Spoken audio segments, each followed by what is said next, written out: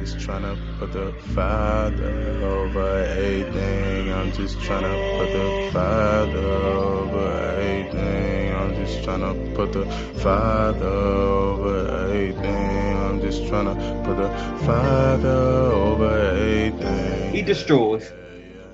My mouth speaks the praise of Yah, and let all flesh bless his set apart name forever and And ever. never. All praise to Hallelujah. Yah. All praise to the Most High. Hallelujah. Hallelujah. Praise Man, Yah, all man. praise to the Most Praise the High, Most Praise man. High. y'all. Praise y'all. Hey, y'all nasty, boy. Y'all nasty, man. Y'all know how to get somebody's spirit jump. Hallelujah. All Hallelujah, man. I'm telling you, man. Selling they soul, liquor and dope. Letting go of the rope, young and the old, slippery slope. Proverbs 1 and 24 is the cause of our woes. We don't even know. So many in the city like a father. Ain't no winning till we turn back to the Father.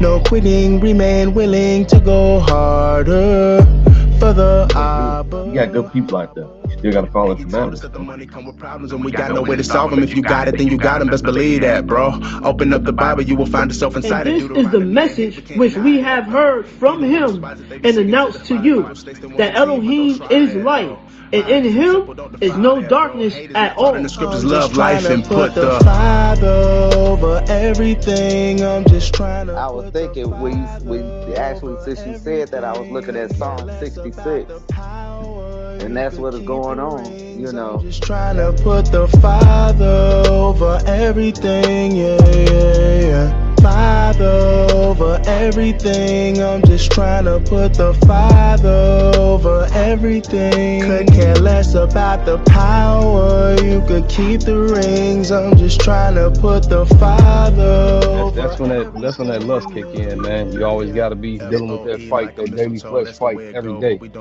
Every Every day. day. News looks strange to Americans. They ain't used to seeing Torah keeping people with no Satan in them. Some of us only keep. I was able to connect to one of our elders in Africa of the Limba tribe. Till we discover the truth in that days, we be doing something different. We follow the Abba to the T with no permission. Wrestling for blessings like he called, we on a mission. Fully understanding we're the vehicle to bring the truth to others while maintaining that Yahuwah is the engine. I don't think you heard me, I said y'all must be the engine. The Messiah came in his name, he is on one accord with him. In this land of kid, I'm always second guess doctrine that's polytheistic and not keeping the Father central. I'm just trying to put the Father over everything. I'm just trying to put the Father over everything. Could care less about the I don't think the Most High made a mistake. That's how I look at it. He knew what was going on. He knew what he was going to do. He knew how it was going to play out. You know what I'm saying? He declared the end from the beginning. So if it went like that, it meant to go that way. Less about the power, you could keep the rings. I'm just trying to put the Father over everything, yeah. Father over everything. Father over everything.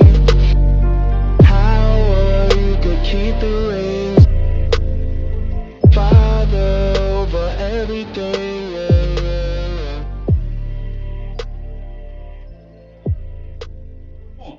I know y'all Hebrews, and I know it's late. So, Shabbat Shalom. I love y'all, man. Love, bro. You too, Bro. Y'all. Love, brothers. Hey, Shabbat. Right. All praises. Hey, all praises. Hey, I know y'all Hebrews, and I know it's late.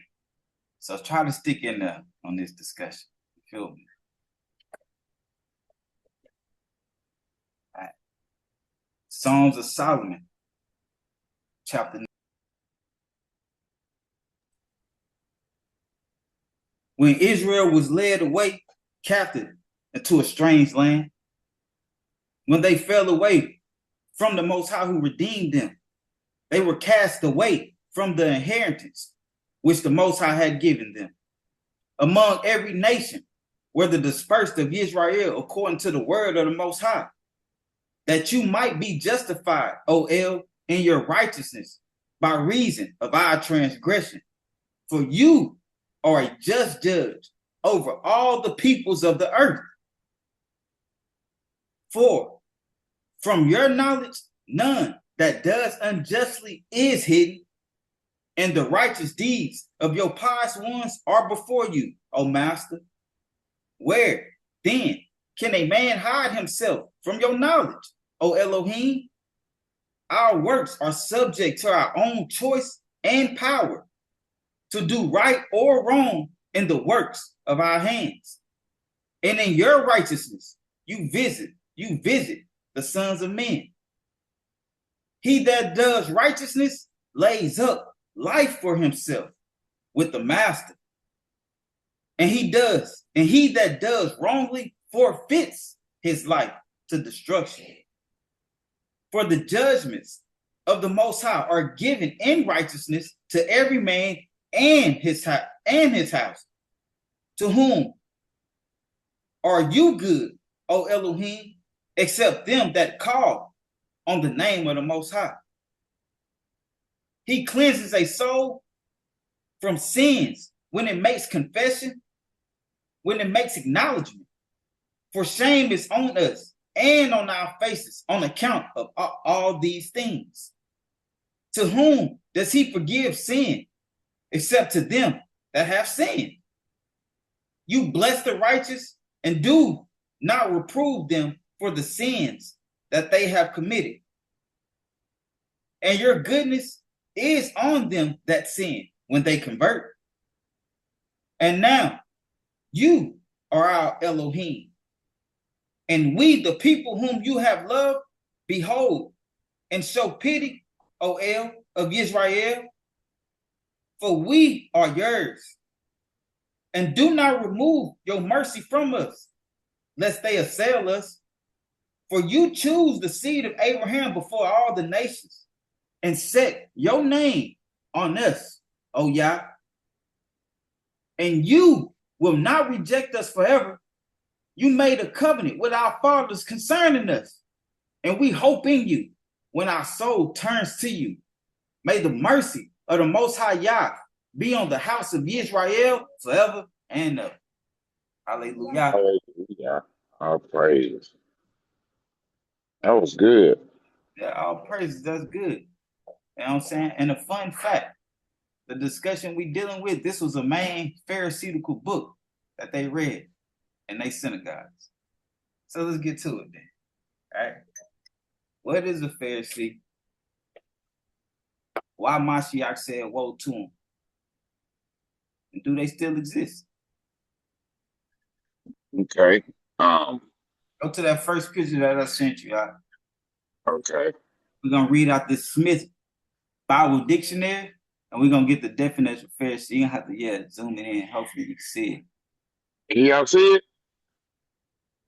Yeah, we can see. Okay. We're gonna be in this Smith Bible Dictionary throughout the whole day. So we just gonna get the beginning definition of a Pharisee, a Pharisee. Pharisee, one of the three sects of Judaism in the time of Christ. The name means separated by special works. What does the name mean now? Separated by special works. Tell us one more time, what does the name Pharisee or Pharisee means? Separated by special works. Hey, let's remember that throughout this discussion, the word Pharisee means separated by special works. Go ahead, Art. The sect included all Hebrews who separated themselves from every kind of Levitical impurity, following the Mosaic law of purity. Following basically the Mosaic law of purity, right? So this is a Pharisee, one that's separated by special works, right? Included all Hebrews, right? All Hebrews who separated themselves according to the Levitical. Not so we know in Leviticus it was mostly concerning the priests, but they separated themselves like priests, right? Right. Okay. They wasn't priests, but they separated themselves like they, according to Levitical impurities, right? I was going to say when it says that was chapter 1. That was just the first paragraph of Oh, Smith first Bible point, brother. Dictionary. Yes, sir. Yes, sir. Okay. Yeah, I was saying like so when they say they separated themselves from the Levitical law, they basically saying that they separated themselves because the Levites they got the law from the Most High, so they basically saying they separated themselves from the laws of the Most High in the way that what we just read. Oh, they separated themselves like they was a Levite, basically. Okay. So even laws that was just concerning the Levites, right, or the people that was gonna be priests of the Most High, they separated themselves like they was priests, right, according to the cleanliness, right. Sound like they made themselves above the Levites. You think Right. so? Huh? It says Are they- separate themselves from Let me every see. kind of Levitical impurity, right?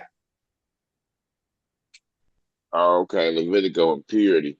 Yeah. So if it was Okay. impure, if it was impure to the Levites, if it wasn't pure to the Levites, they was like it's impure to us also, right? Okay. Okay, I got you now. Okay. Just that right there. All right. Okay. So this is just a question. I don't say because I don't want nobody to get mad at me, but we're gonna see could this be the start of the Pharisee? I'm not saying it is, but we're gonna read and say, ask ourselves, could this be the start of Pharisee? Let's get to it. Exodus 33. Let's say, all right.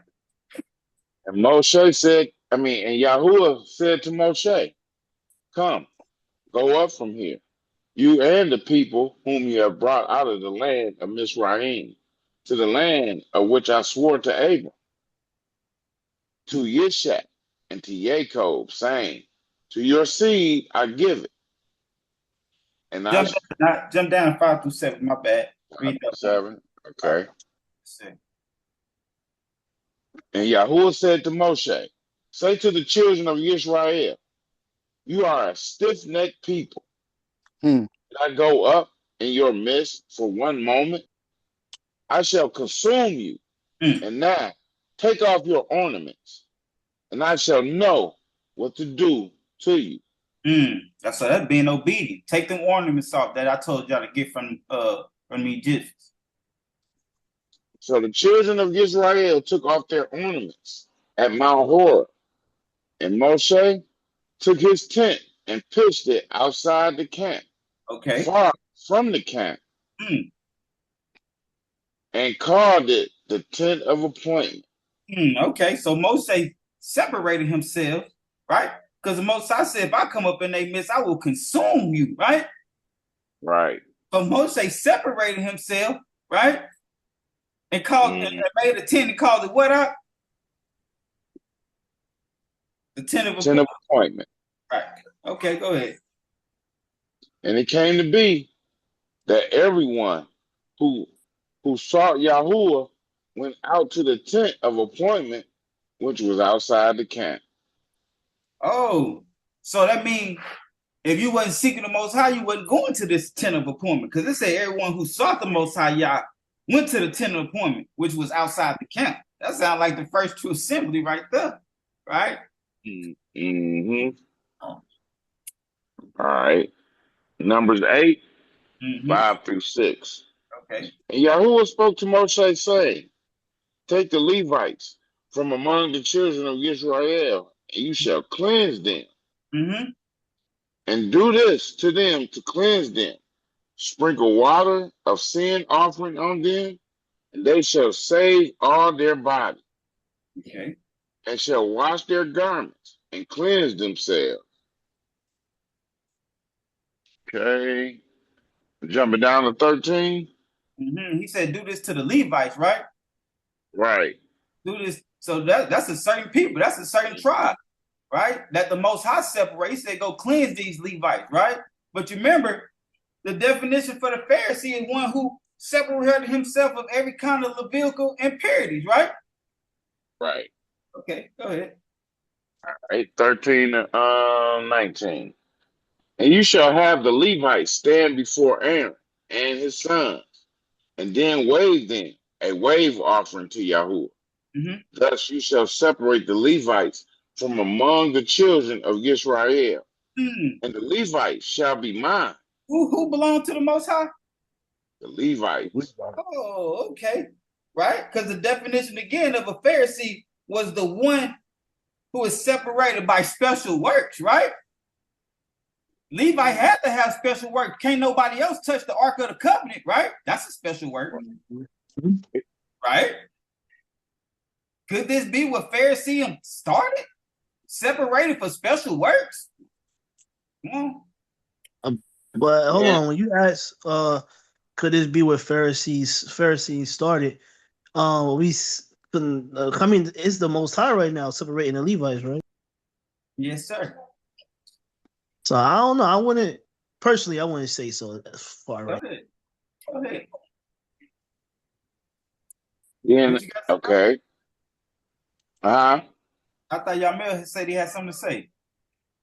No, he said he personally don't think that this is where it started at. Oh, okay. Anybody else? Yeah, I don't think this is where it started at either, because this is the Most High separating Levites, and because they didn't do it on their own, basically. Is that what you saying, Yamil? Like they didn't set themselves apart. The Most High told them to set themselves apart, the Levites. I would say, That's what I'm saying. So I would say, as we went on, people wanted to be in the Levite shoes, and they set themselves in them shoes, and they did them customs. I would say it like that more, other than this is where it started at. Nah. Okay. That's why the question. Right. Then after the Levites, after that, the Levites shall go in to do service in the tent of appointment. When you have cleansed them and weighed them as a wave offering.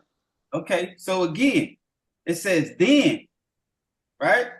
After they have been cleansed, they should go do service in the tent of appointment. This service ain't for everybody, because remember the Most High reason said, all the firstborn that come out the womb is mine. And then he chose the Levites, right?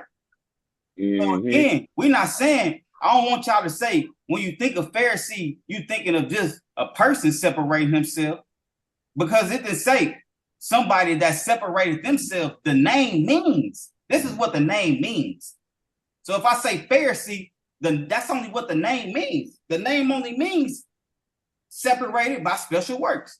That's literally what the name Pharisee means, separated by special works. Oh, okay. Because you just thinking of a person when I say Pharisee. You just thinking of a person. I'm telling you what, if I said Pharisee, just in this language, the name means separated by special works. Are these not special works that the Levites didn't do? No doubt. Okay. But them brothers that's Pharisee, let them touch that Ark of the Covenant, they gonna fall down and die, right? Come on, Then after that, the Levites shall go in to do service in the tent of appointment when you have cleansed them and weighed them as a wave offering. For they are given ones, given to me from among the children of Israel. Separated. I have taken them for myself instead of all who open the womb, the firstborn of all the children of Israel. For all the firstborn among the children of Israel are mine, both man and beast. On the day that I struck all the firstborn in the land of Israel, I set them apart unto myself. And I have taken the Levites instead of all the firstborn of the children of Israel. And I have given the Levites as a gift to Aaron and his sons from among the children of Israel, to do the service of the children of Israel in the tent of appointment, and to make atonement for the children of Israel, that there be no plague among the children of Israel when the children of Israel come near the set apart place. Come on, man. Come on. That's what they were separated for, right? That's what that was their special works that they were separated for, right? Come on. But that was just a question. Like I said, could it be? Because that's only what the name means. So we just want to pose that one time, right? But this is undoubtedly, what Pharisees don't start. Here we go. Ezra. Right. Ezra, chapter 1, verse 5 through Chapter 1. What we 1 got? through 5. Yes, 1 sir. through 5. I got it. I'll read it. Okay. All right. And in the first year of Koresh, sovereign of Persia, that the word of Yahuwah by the mouth of Jeremiah might be accomplished, Yahuwah stirred up the spirit of Koresh, sovereign of Persia, to proclaim throughout all his reign, and also in writing, saying, Thus said Koresh, sovereign of Persia, Yahuwah Elohim of the heavens has given me all the reins of the earth, and he has commanded me to build him a house in Jerusalem, which is in Yehuda. Who is among you of all his people? His Elohim be with him, and let him go up to Jerusalem, which is in Yehuda, and build the house of Yahuwah, Elohim of Israel. He is Elohim, which is in Jerusalem. And whoever is left from all the places where he is sojourns, let the men of his place help him with silver and gold, with goods and livestock, besides the voluntary offerings for the house of Elohim, which is in Jerusalem. And the heads of the fathers' houses of Yehuda and Benjamin, and the priests and the Levites, with all those whose spirits Elohim has stirred, rose up to go up and build the house of Yahuwah, which is in Jerusalem. So we see this the return. You know what I'm talking about? To go build the second temple, right? And we specifically see who went doing that, right? Yehuda, Benjamin, and the priests and the Levites, right? This who went. Just wanted to go show who went back, right? Okay. Nehemiah chapter 8, 1 through 6. Go ahead, I'll keep it moving. And when the seventh new moon came, the children of Israel were in their cities, and all the people gathered together as one man in the open space that was in front of the water gate. And they spoke to Ezra, the scribe, to bring the book of the Torah of Moshe, which Yahuwah had commanded Israel. Okay. Yeah, you know what I'm saying? They bring him the book. Let's see what they doing with it.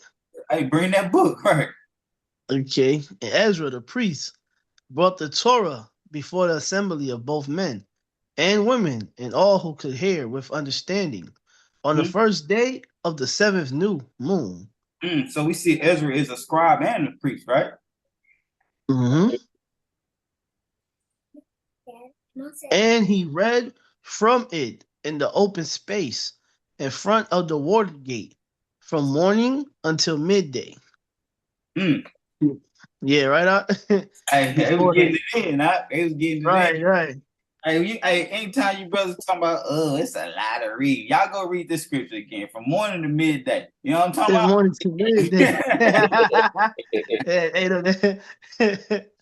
Before the men and women and those who could understand.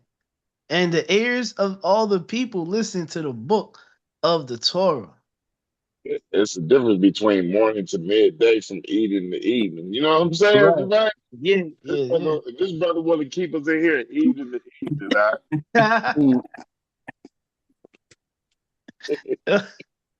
All right.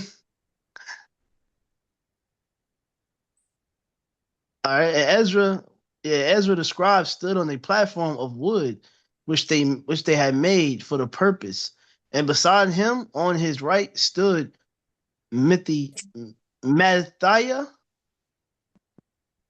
and Shema and Ananiah and Uriah and Hilkiah and Messiah. That's a Messiah. No. And Mama Sia.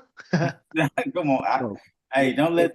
Hey, we're gonna have to call that one brother in here to read the names. You feel me? Yeah. Yeah. I look like No. Michael Jackson word. Mama say, Mama sa, Mama that right Hey, there, Mama Saya. You know what I'm saying? AC. All right.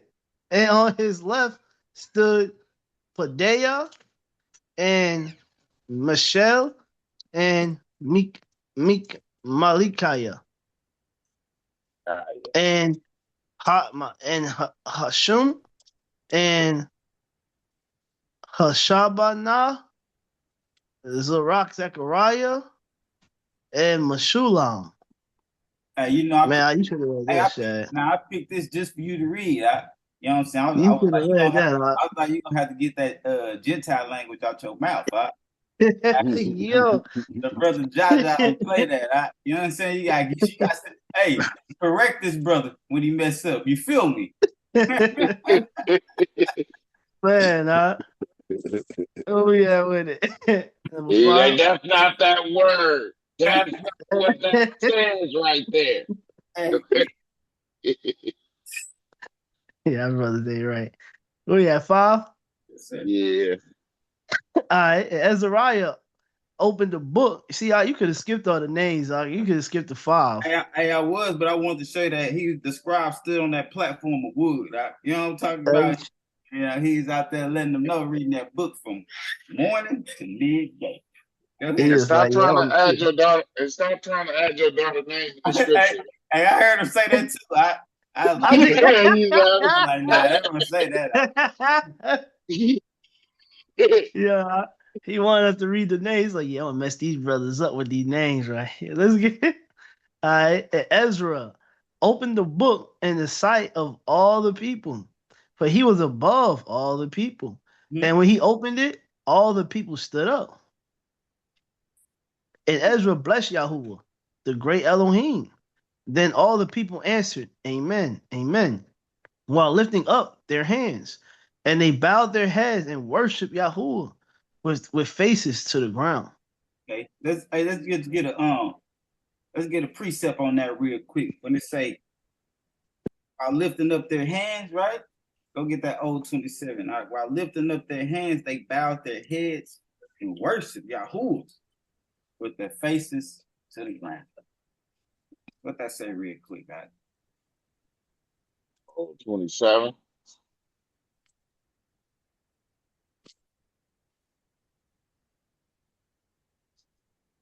That's gonna take you all day right there. I know. You know, Yeah, that's I how was only thinking way the you can same thing. do it like this. I was like, you can't scroll down. Right, you know what I'm saying? That It, brother, it that was, brother acting like the other brother with the electronics. You know? Talking about well, how you you can't do get that in this, man. You can't do that in this. I tried it many times. Go ahead. What that say? I read that real quick. Just get a precept on that. I stretched out my hands and sanctified my Elohim. For the extension of my hands is his sign, Right. and my expansion is the upright tree. Okay. Okay. So that's why they bowed their heads to the ground and lifted up their hands, right? All praises. First, the And that most was before, right? The cross. right, right. Mm-hmm. Yeah.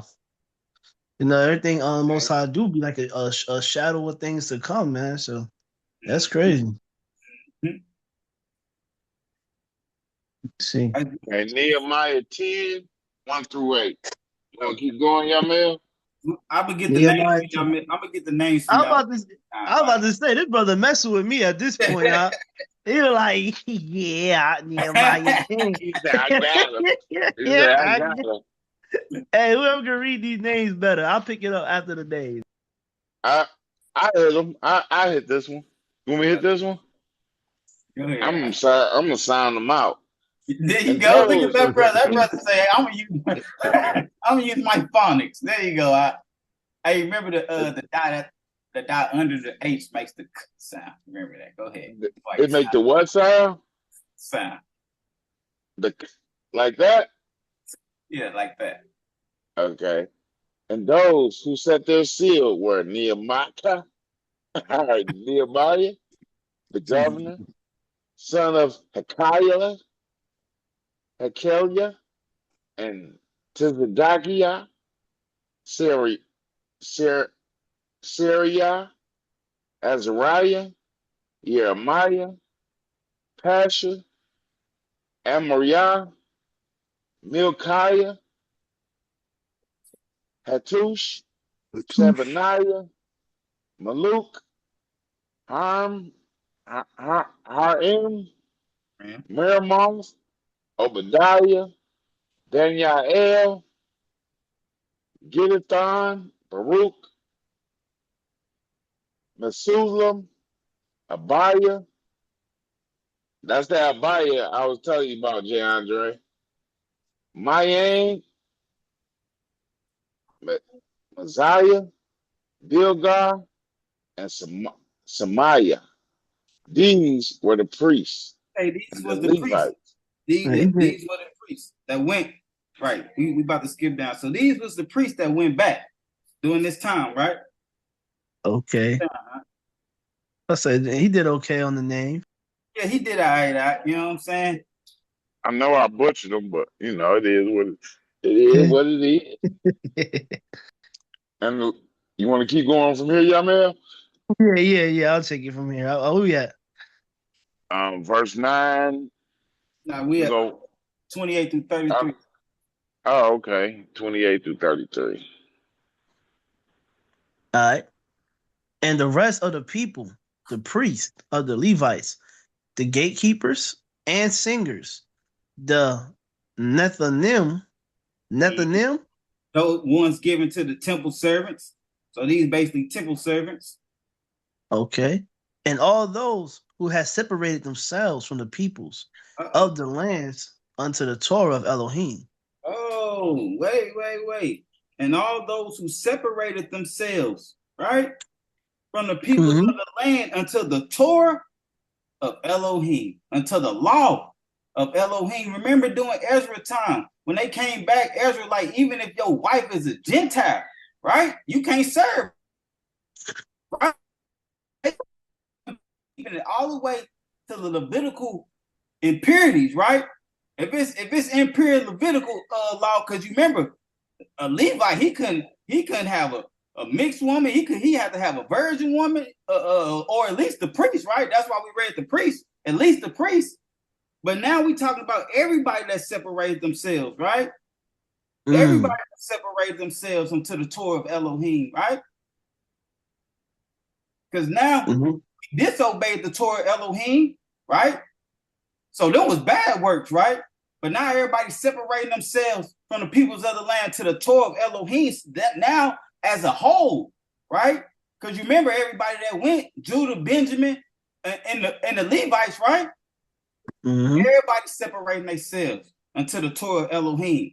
So now everybody, in the eyes of the people of the land, those special works, right? Because they separate themselves from the peoples of the land unto the Torah of Elohim. Getting the Torah, getting the Most High law has always been a special thing for us. That's why we are a peculiar people, right? Everybody ain't getting this Torah, right? Right. Go ahead. All right. From the peoples of the land unto the Torah of Elohim, their wives, their sons, and their daughters, all who had knowledge and understanding, were strengthening their brothers, their nobles, and were entering into a curse. Oh, let me go back. Were strengthening their brothers, their nobles, and were entering into a curse. Basically and into an oath. Basically talking about swearing, God. Okay, into a curse and into an oath to walk in the Torah of Elohim. Okay, which was given by Moshe the servant of Elohim, and to guard and do all the commandments of Yahuwah, our master, and his right rulings and his laws. Okay. So they swore to uphold the Torah, basically. Sure, right. They made an oath. Okay. And that we would not give our daughters as wives to the people of the land. nor take their daughters for our sons. And that if the peoples of the land bring wares or any grain to sell on the Sabbath day, we would not buy it from them on the Sabbath Mm. or on a set apart day, and we would for rego. That's what it says, huh? Forego. Okay, we will forego the 7th year in the interest of every hand. So that's why instead of saying swearing, they say entering into a curse. Because everything that they just read, we do that, right? Mm. Right. Sabbath day and all that, yeah. And we impose commands on ourselves to give. Hold on. Now this is still that separation. And we impose commands on ourselves. Again, it's the start right here. But this is when you start getting that oral law, right? Mm. Go ahead. And we impose commands on ourselves to give from ourselves yearly 1/3 of a sheep for the service of the house of our Elohim, for the showbread, and for the continual grain offering, and for the continual ascending offering of the Sabbaths of the new moons, for the appointed times, and for the set apart offerings, and for the sin offerings, to make atonement for Israel, and all the work of the house of our Elohim. So you remember when Mashiach was talking about the Pharisees, he was talking about all their tithing and offerings, right? Mm-hmm. These was the commands that they imposed on themselves to do these things, right? Mm. All right. Now let's say what the Smith's Bible Dictionary say about when all these things started. Pharisees, or at least when they was noticed. What that say? When was the Pharisees? They are first noticed as a sect about 150 BC, but their origin is not recorded. We just tried to go pick up their origin, right? We started waiting in Exodus and tried to pick up their origin because it said Pharisees mean what? Separated by special works. So we tried to pick up the origin, right? But it said they origin not known, but the sect was noticed around 150 BC. Let's go see what they talking about. Let's jump to that first Maccabees and see when they noticed this Pharisee sect. That was another paragraph from the Smiths? Yes, sir. Yes, sir. Paragraph 2. Oh, okay. First Maccabees 2.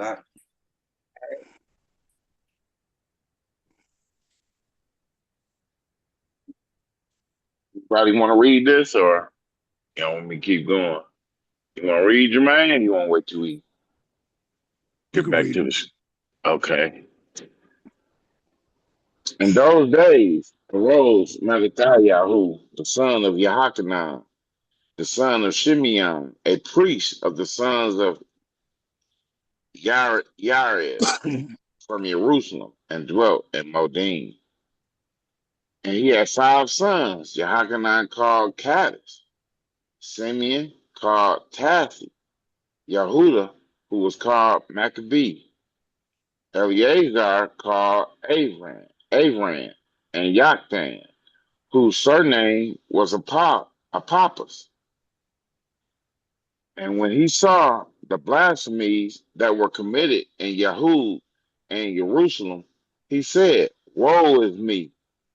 Wherefore was I born to see this misery of my people and of the holy city, and to dwell there, when it was delivered into the hand of the enemy, and the sanctuary into the hand of strangers. But this that second temple they talking about that we just seen Ezra and them return to Yehuda and build, right?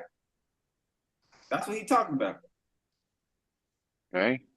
Jump down to 14. Then Mattathiah and his sons rent their clothes and put on sackcloth and mourn very sore. In the meanwhile, the king's officers, such as compelled the people to revolt, came into the city Modin to make them sacrifice. Hmm. And when many of Israel came unto them, Mattathiah also and his sons came together.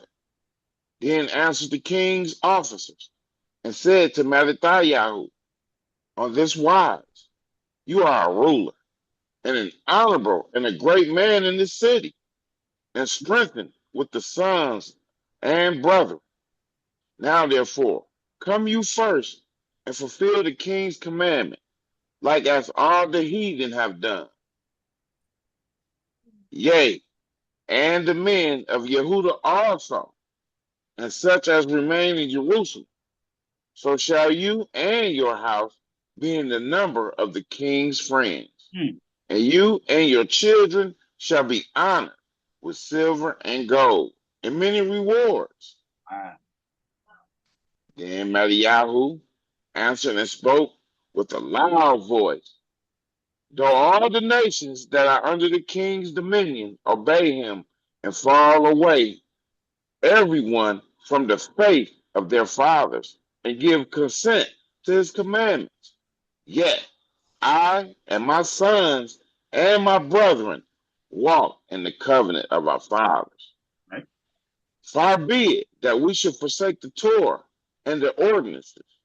We will not hearken to the king's word to go from our father, either on the right hand or From on the our left. faith. From our faith. What did I say? Father. Oh, okay, my bad. Now, when he had left speaking these words, there came one of the Yehudim in the sight of all to sacrifice on the altar which was at Molden, according to the king's commandments. Which thing, when Mattathiah saw, he was inflamed with zeal, and his mind trembled. Neither could he forbear to show his anger according to judgment. Wherefore he ran and slew him upon the altar. He couldn't help himself. They're going to sacrifice right there, then, right?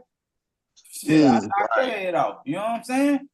Yeah, and that's what you call like how that Jeremiah when he was shut when they stole on him. He like, I ain't gonna speak his name no more, but that zeal, man, it just comes out of you. Right. Can't help it. Right. You know, that spirit too strong on you. You gonna do something like this. He couldn't help himself. So this ain't murder then. You talking about this right ruling out? That what you saying? This right ruling, not. That's what this is. This is right ruling. Don't be doing that on the Most High's altar. You know what I'm saying? Also, the king's commissioner, who compelled men to sacrifice, he killed at the same time. And the altar, he pulled down. He tore that thing down. Right. Because it was their altar, right? That's why I said that's the sacrifice when he knocked that first head off. You know what I'm saying? There was no sacrifice right there. Thus dealt he zealously for the Torah of Elohim, like as Phinehas did unto Zimri, the son of Shalom. And we know we gonna read that and think it's what, Numbers or something? Phinehas ran down on him. We dealt with in that zealous discussion. Yeah. And Mattathiah cried throughout the city with a loud voice, saying, whosoever is zealous of the Torah and maintains the covenant, let him follow me. Right, because they said the Pharisee started around this time.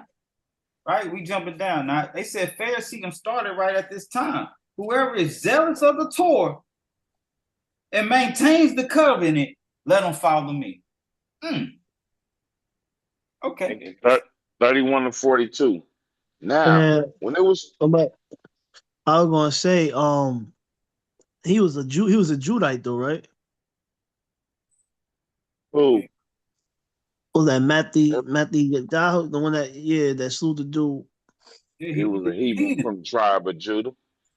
Okay. he wasn't no Jew, huh? Yeah, he said a Judite. Hey, I'm telling you, hey, I'm glad that brother didn't stay in because he's gonna be on the It was your dad. we got another baby. We got another baby. No. They are crazy. Yeah. We got us This another nigga said Judite. baby. He a Judite. Shoot, he said little baby. We just read you heathen. He talking about a Judite. Judite. We got another baby. Y'all ain't right. Y'all ain't right. But I was basically saying, so he was from the tribe of Judah, though. No. Hey, you better off saying it like that. Right? You was better off. Yeah.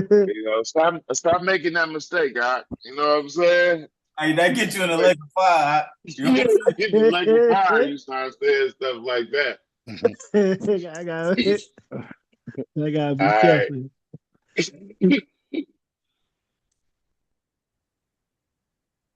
Right. Get to him. There we go. Hey, can y'all hear me? I think I gotta change my earpiece.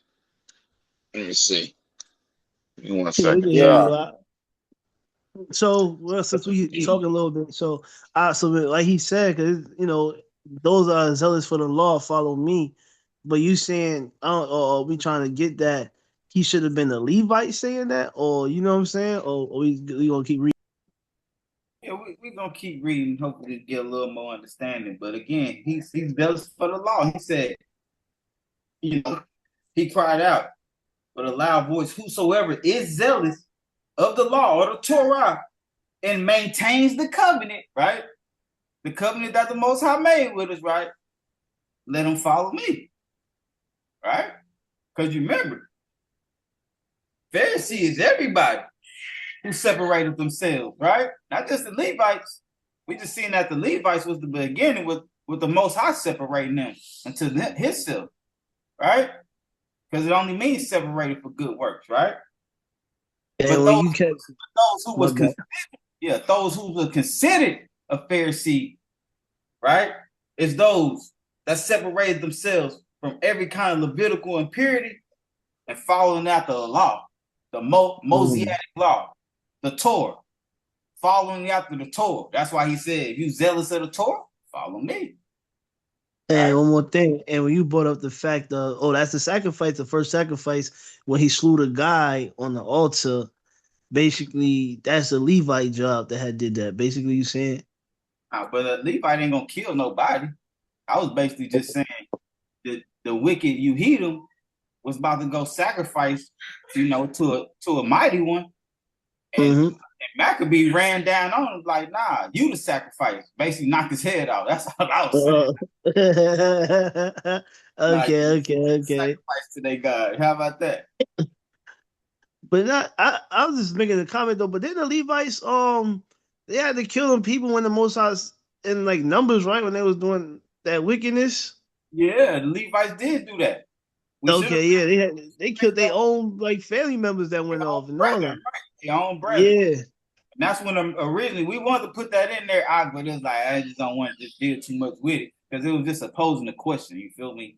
You know what I'm talking about? But yeah, the Levites did knock some heads off. It wasn't no sacrifice, but the Most High, like you say, chose them after that because they were zealous, right, for His law. Gotcha. Okay.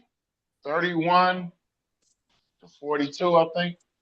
Yeah. All right. Now, when it was told the king's servants and the host that was at Jerusalem in the city of David, that certain men who had broken the king's commandment were gone down into the secret places in the wilderness. They pursued after them a great number, and having overtaken them, they camped against them and made war against them on the Shabbat. And they said unto them, Let that which ye have done hitherto suffice. Let it be enough, basically. Come forth and do according to the commandment of the king, and ye shall live. But they said, we will not come forth, neither will we do the king's commandment to profane the Sabbath. So then they gave them the battle with all speed. Howbeit, they answered them not, neither cast they a stone at them, nor stopped the places where they lay hid, but said, let us die, all in our in- innocence.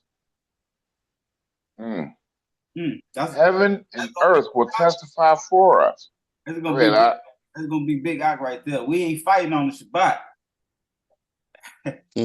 That's gonna be out right there. We ain't fighting on the Shabbat. Put your swords down.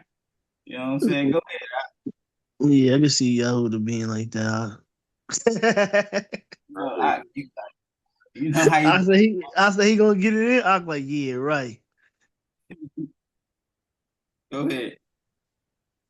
I ain't gonna say nothing. I'm gonna Hey, turn my cheek like the Messiah said. okay, turn your cheek. I wanted to pose this question in the beginning of the discussion, though. Is it any Pharisees in this assembly? Anybody might consider themselves a Pharisee? Anybody? I figured it was gonna be some no's in here. Well, in the beginning, the discussion, you know, like you said, I had one definition of Pharisee in my mind, but I think, I guess I could consider myself a Pharisee because it sounds like to me a Pharisee is one that follows the law. But it's like, Hey, at the end of this discussion, I want you to ask yourself, "Am I a Pharisee?" Doc? That's what I want you to ask. That's why I want to pose the question in the beginning. Is anybody a Pharisee in the assembly? I'm pretty I sure. would say Ak is a Pharisee. Who? Yamel? Yeah. Why you say that, Doc? I mean, he just said he was, and then like, didn't the Messiah say, don't be like the Pharisees who say do but don't do it?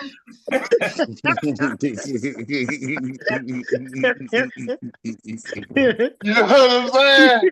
He said keep the Sabbath day, but that brother rolling down the street every Shabbat. Hey, that's true, Doc. Hey, I'm glad you said that. We get to that later discussion. We gonna deal with that. I'm done with the misfits today. We'll catch you brothers later. Catch you brothers later. Yeah. Okay. If nobody consider themselves a Pharisee again, hopefully at the end of the discussion, you ask yourself, "Am I a Pharisee?" Okay, go ahead though. He said, "Y'all male." Hey, for the wrong reasons, I'm gonna disagree with Big Eye on that. You know what I'm saying? I'm on both sides. Matter of fact, I'm on both sides. Go ahead. Go ahead. You're on both sides. I don't understand that. Yeah, you had a good point. That's a double-minded man. You know what I'm saying? I said you had a good point, but that's my neighbor. That's my brother. You know what I'm saying? All right. But said, let us die all in our innocence. Heaven and earth will testify for us that ye put us to death wrongfully. So they rose up against them in the battle on the Sabbath, and they slew them with their women and children and their cattle to the number of 1,000 people. So now, you breaking up like candy, Out. Uh-oh. Can you hear me? Yeah, you was breaking up. You good now. Okay, so they was confused in what the Torah say. We ain't gonna deal with it right now, but I guess we'll have to quote it right now. But I believe it says don't make war on the Sabbath. It don't say don't defend yourself, right? Right. Now when Mattathiyahu and his friends understood thereof, they mourned for them right sore. So maybe they understood what the Torah said. Don't make war on the Sabbath, right? Right. Yeah, that's why they was mourning. Mm-hmm.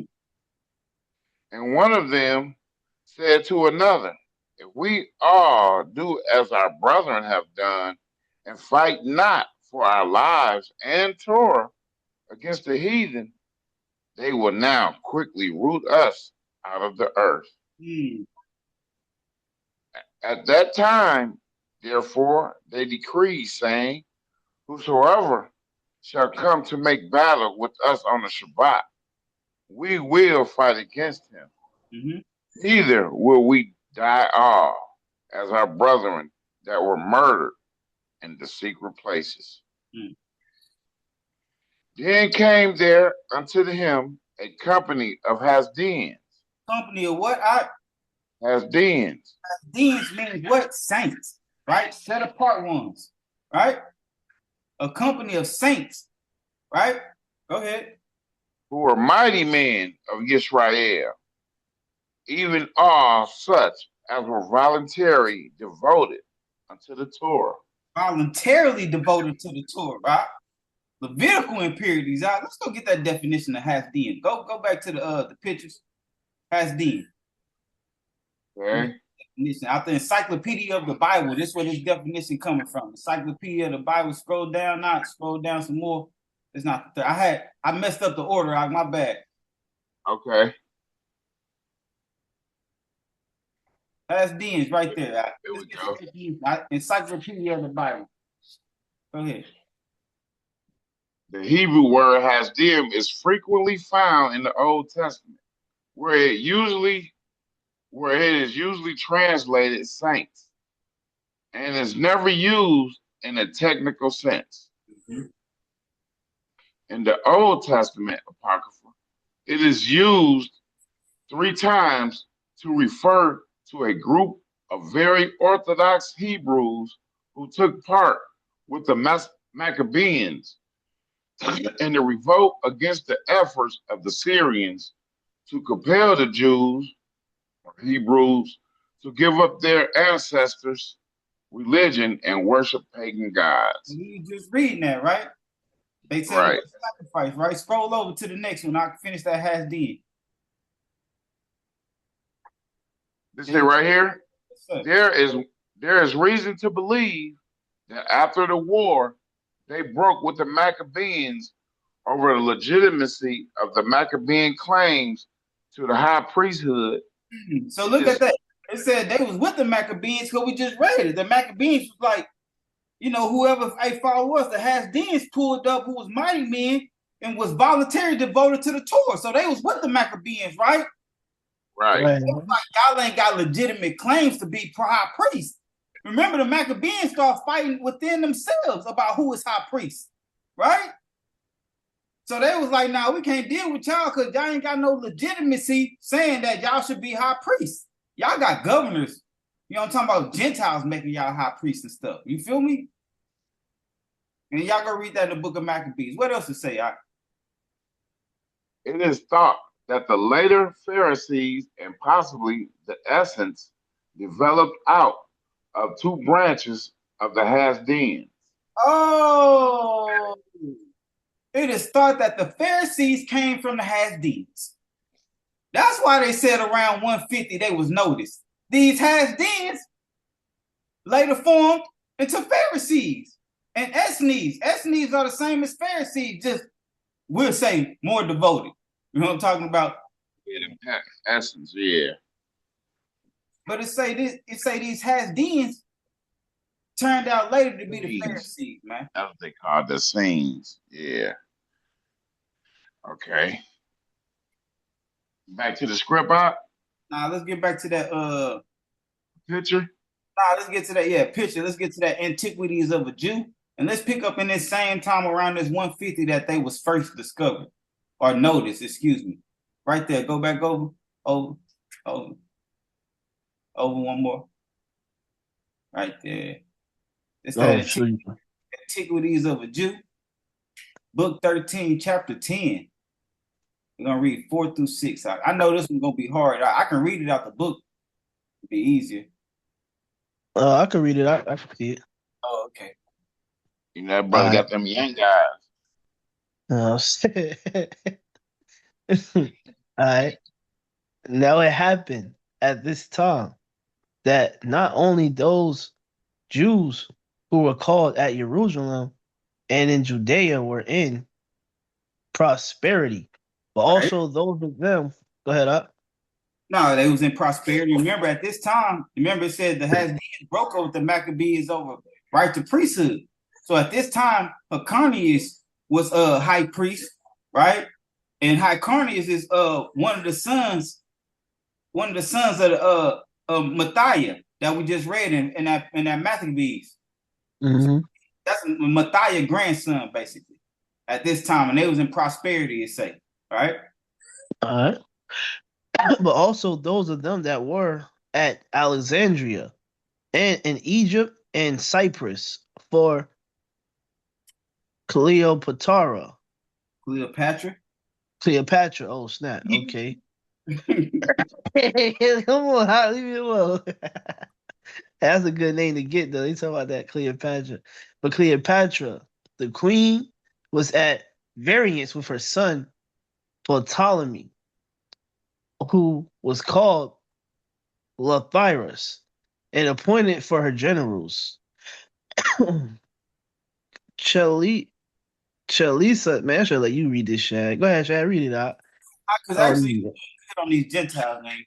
Besides, yeah. you said about Cleopatra, you was going to build the Gentile names. Doc. Go ahead. You want me to do it out? We finish it up? You got it. All right. And Onias, right? Onias, the son of that Onias who built the temple in the per future of Heliopolis, yo, like to that at Jerusalem, as we elsewhere related, Cleopatra entrusted these men with her army and did nothing without their advice. As Strabo of Cappadocia attests when he says thus, now the greater part, both those that came to Cyprus with us as those that were sent afterward thither, revolted to Ptolemy immediately. Only those that were called Onias party begin Jews continue. They were Jews. Huh? They're being Jews, so they were Jews. Everybody of Anias part of Jews. All right, being Jews continued faithful because their countrymen Chelseas and Anias were the chief favor with the queen, were in chief favor with the queen. These are the words of Strabo. So you see the temple at Jerusalem had to be plus. But it's saying Heliopolis, they had to build a temple that looked like Jerusalem, right? Mm-hmm. Go ahead. 5. However, this preposterous, right? Prosperous. Okay. However, this prosperous state of affairs moved the Jews to envy Hyrcanus, but they that were the worse disposed to him were the Pharisees, who were one of the sects of the Jews, as we have informed you already. These have so great power over the multitude when then they. And we read this from Antiquities of a Jew. Josephus saying these people have so great power over the multitude. Remember that. While Mashiach said these things. Go ahead. All right. Power over the have so great power over the multitude that when they say anything against the king or against the high priest, they are presently believed. Even if they lying, right? Mm-hmm. Now, Hyrcanus was a disciple of I lost my spot. I went to I twisted. Theirs. Got you. Theirs, and greatly beloved by them. And when he once invited them to the feast and entertained them very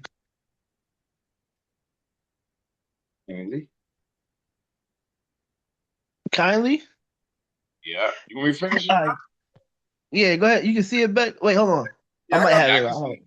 I got the book I right got here. it. I got it. I messed. I was like too close. All right, kindly. When he saw them in a good humor, he began to say to them that they knew he was a desirous to be a righteous man Oh, and to do. wait, look who he's saying that to. Right? Excuse me. We've been going on the background of the Pharisees, how they zealous of the Torah and all these things, and they came out of the Hasdeans, meaning saints. Icarnus coming to them talking about he desires to be a righteous man. But look who he's saying that to. Come on. And to do all things whereby he might please Elohim, which was the profession of the Pharisees. Oh, Also, uh-huh, this is their profession, huh? They to profession. please Elohim. That's their profession. You remember? They supposed to be what? Separated for special works. Right? So this is their Right. profession, to please the Most High. Come on. Also, however, he desired that if they observed him offending in any point and going out of the right way, they would call him back and correct him. That's what that brother was telling y'all earlier. I mean, you know, if the word is wrong, just correct him. That's what these Pharisees for, to correct you, right? Come on. Right. On which occasion they attested to his being, to his being entirely virtuous, with which commendation he was well pleased. But still, there was one of his guests there, whose name was Eleazar, a man of an ill temper, Mm. and delighting in seditious practices. So he was like Shag and Jermaine, ill temper. this, this man said, since thou desire to know the truth, if thou wilt be righteous and earnest, lay down the high priesthood. So he said, hey, you came to the Pharisees and they said, you told them I want to be righteous, man. You feel me? Show me how to be righteous and how to please Elohim. See, he came and said, hey, if you want to be righteous, you feel me? Lay down your priesthood.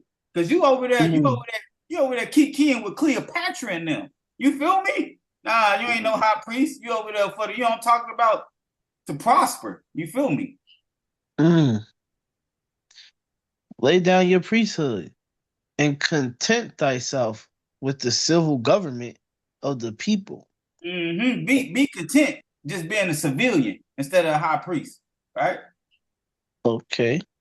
And when he desired to know for what cause he ought to lay down the high priesthood, the others replied, we have heard it from old men that their mother had been captive under the reign of Antiochus Epiphanes.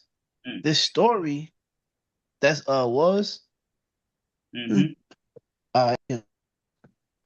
story was false, and Hernerchius was provoked against him, and all the Pharisees had a very great indignation against him. So that's his sedition right there, right? He inciting people to rebel, right? So that's why he just made up something. We heard it from old man that your mother was captive under the reign of Antiochus. You feel me? So he said he made up the story. Go ahead, 6. See what else to say. And they say the Pharisees, they ain't like this. They ain't like this brother. Neither did Hyrcanus, right? You got it out. It was hard. Okay. I got it. Now there was one Joktan, a very great friend of Hyrcanus, but of the elect of the Sadducees, Of the sect? Of Of the sect? not elect, sect of the Sadducees. Okay, of the sect of the Sadducees, whose notions are quite contrary to those of the Pharisees. He told Hyrcanus that Eleazar had cast such a reproach upon him according to the common sentiments of all the Pharisees, and that this would be made manifest if he would but ask them the question, what punishment they thought this man deserved. Because they said it was false accusations, right? Mm-hmm. Now they coming to the Pharisees like, what punishment does this man deserve? Go ahead. But that he might depend upon it, that the reproach was not laid on him with their approbation, if they were for punishing him as his crime deserved. So the Pharisees made answer that he deserved stripes and bonds, but that it did not seem right to punish reproaches with death. And indeed, the Pharisees, even upon other occasions, are not apt to be to be severe in punishments. Oh, so these were some different type of Pharisees during this time, right?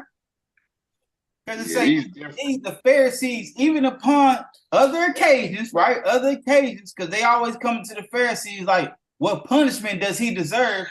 Indeed, upon other occasions, are not up, or they not used to being severe in punishments. So we seeing the Pharisees during Mashiach time was different then, right? Yeah, they was ready to kill. They was ready to kill during his time. At this time, it's like, God, they ain't even on other occasions, they ain't used to severe punishments. They don't do that. Right? Go ahead. At this gentle sentence, Hyrcanus was very the gentle sentence. He was mad because it was a gentle sentence. Come on. He was angry. So now we see why the sentences might start getting a little more stricter then, right? But because you remember like back then, like I guess like in the wilderness with the Most High laying that law, I mean the sentences was like stoning and stuff in that nature. So are we seeing a change with the Pharisees that I know they want to be gentle, but are we seeing a change with that? But then again, everything didn't deserve to be stoned at the time either, though. So that's another one too. Yeah, everything did not, but we seen what deserved to get your head knocked out when you were sacrificing to another mighty one, right? That's why we just seen who was that? Mathayahu, right? Knock his head off on the altar, right? But they said right here, this don't deserve no punishment just because he said he told that lie. He told that lie. Right. Okay. Yeah. He's saying he basically wanted him to have a harsher punishment for just lying, basically. Right. He said, man, yeah, he should be dead. Right? Because he desired, Carnage desired to be a righteous man. He asked him, how can I please Elohim? He asked that. How can I be a righteous man? We read that. But now we see he like, they showing him, they like, man, that don't deserve no death. And he like, man, that deserved death. So did he really want to be a righteous man? Go ahead, though. And thought that this man, reproached by him by their approbation, it was this Joktan who chiefly irritated him and influenced him so far that he made him leave the party of the Pharisees. So he wanted to be with the Pharisees and be a righteous man. But this Jonathan from the sect of what? The Sadducees, right? The sect of the Sadducees influenced him so far that made him leave the Pharisees. But he went to the Pharisees to learn how to be what? A righteous man and please Elohim. We read that, right? And abolished the decree they had imposed on the people, and to punish those that observe them. Mm. From this source arose the hatred which he and his sons met with from the multitude. But of these matters we shall speak hereafter. And we're going to speak hereafter because we're going to see the Pharisees originally was obviously people was coming to them to learn how to serve the Most High because they separated themselves, right, to special works, right? So people came to them like, man, how do I please the Most High? But now we reading this, and now we seeing later on the Pharisees had a different motive. From this point on, they was like, if we can't please the higher ups, then we ain't got no position, right? We just seen the higher up left the party of the Pharisees because they just put them they ain't put them to death, right?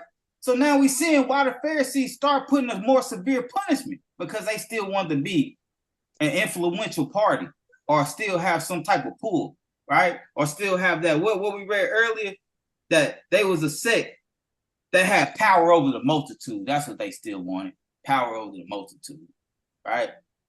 Go ahead. I think I'm right here. I see, and to punish those that observe them. From this source arose the hatred which he and his sons met with from the multitude.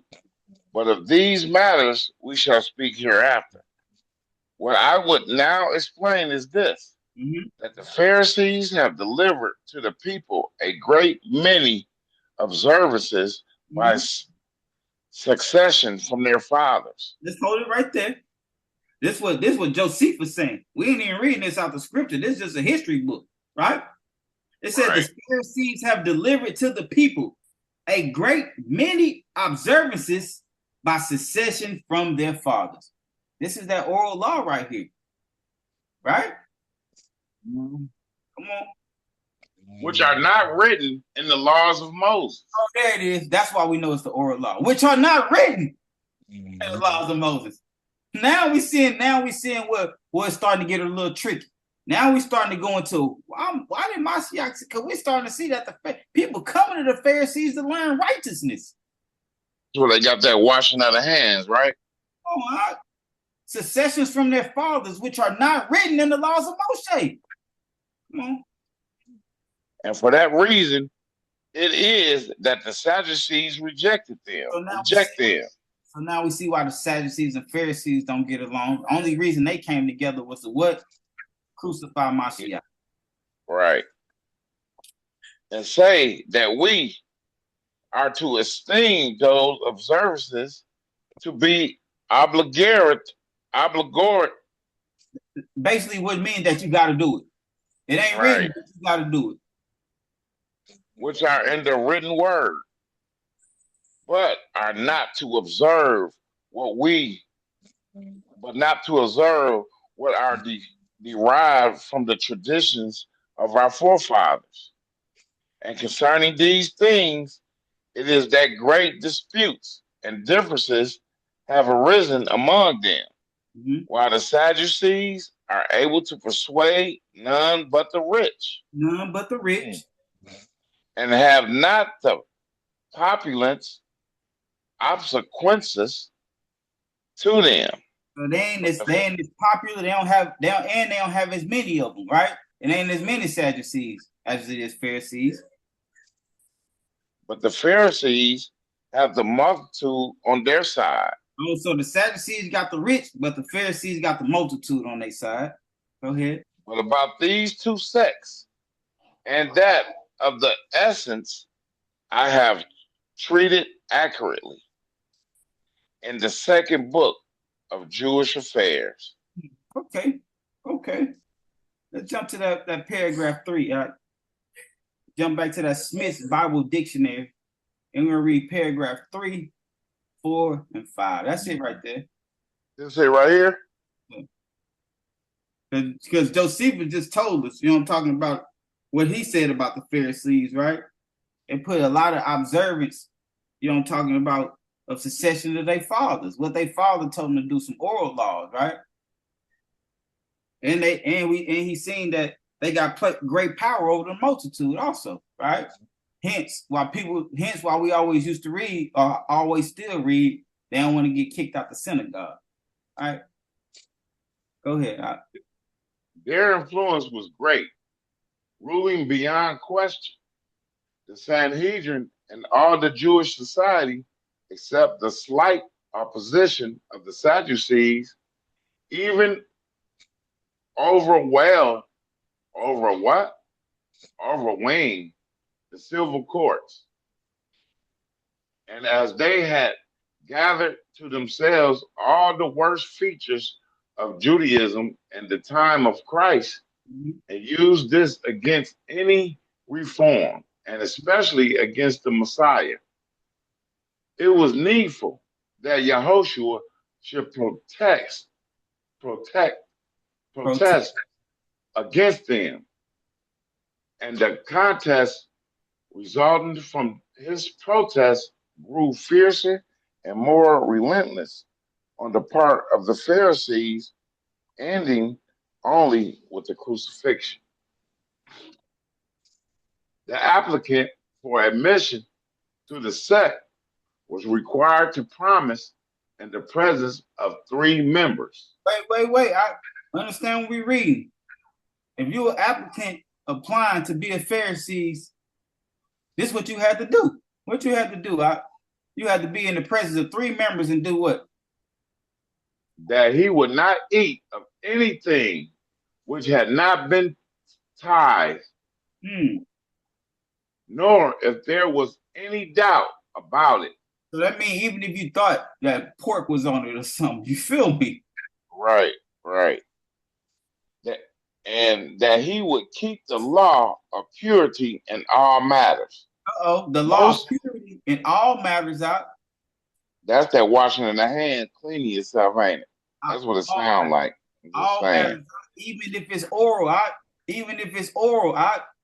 they basically saying, even if we pass this law to you and we told you got to do it like this, you got to keep that.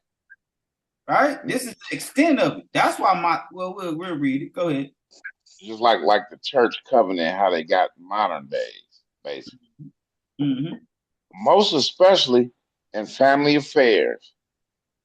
In this matter, they made of the silver rule of tithes a religion obligation. A religious That's where they obligation. get it from today. A religious obligation. Remember when we read Nehemiah, it said, and we impose commands on ourselves, right? To give ourselves a yearly third shekel, right? To the service of the house of Elohim, for showbread, continual grain offering, continual sending offering on the Shabbats, of new moons and of appointed times, and of set apart offerings. That's what we're talking about. This is when they imposed them commands on themselves. And it was orally imposed, Doc. Orally. We never read that you got to do all this, Doc. Come on. Right.